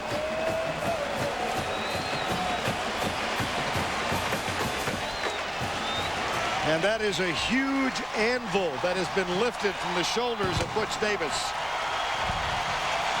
A thriller in the Orange Bowl. Miami wins it by 3. For Todd Blackledge and Jill Arrington, Vern Lundquist saying so long. This a presentation of CBS Sports.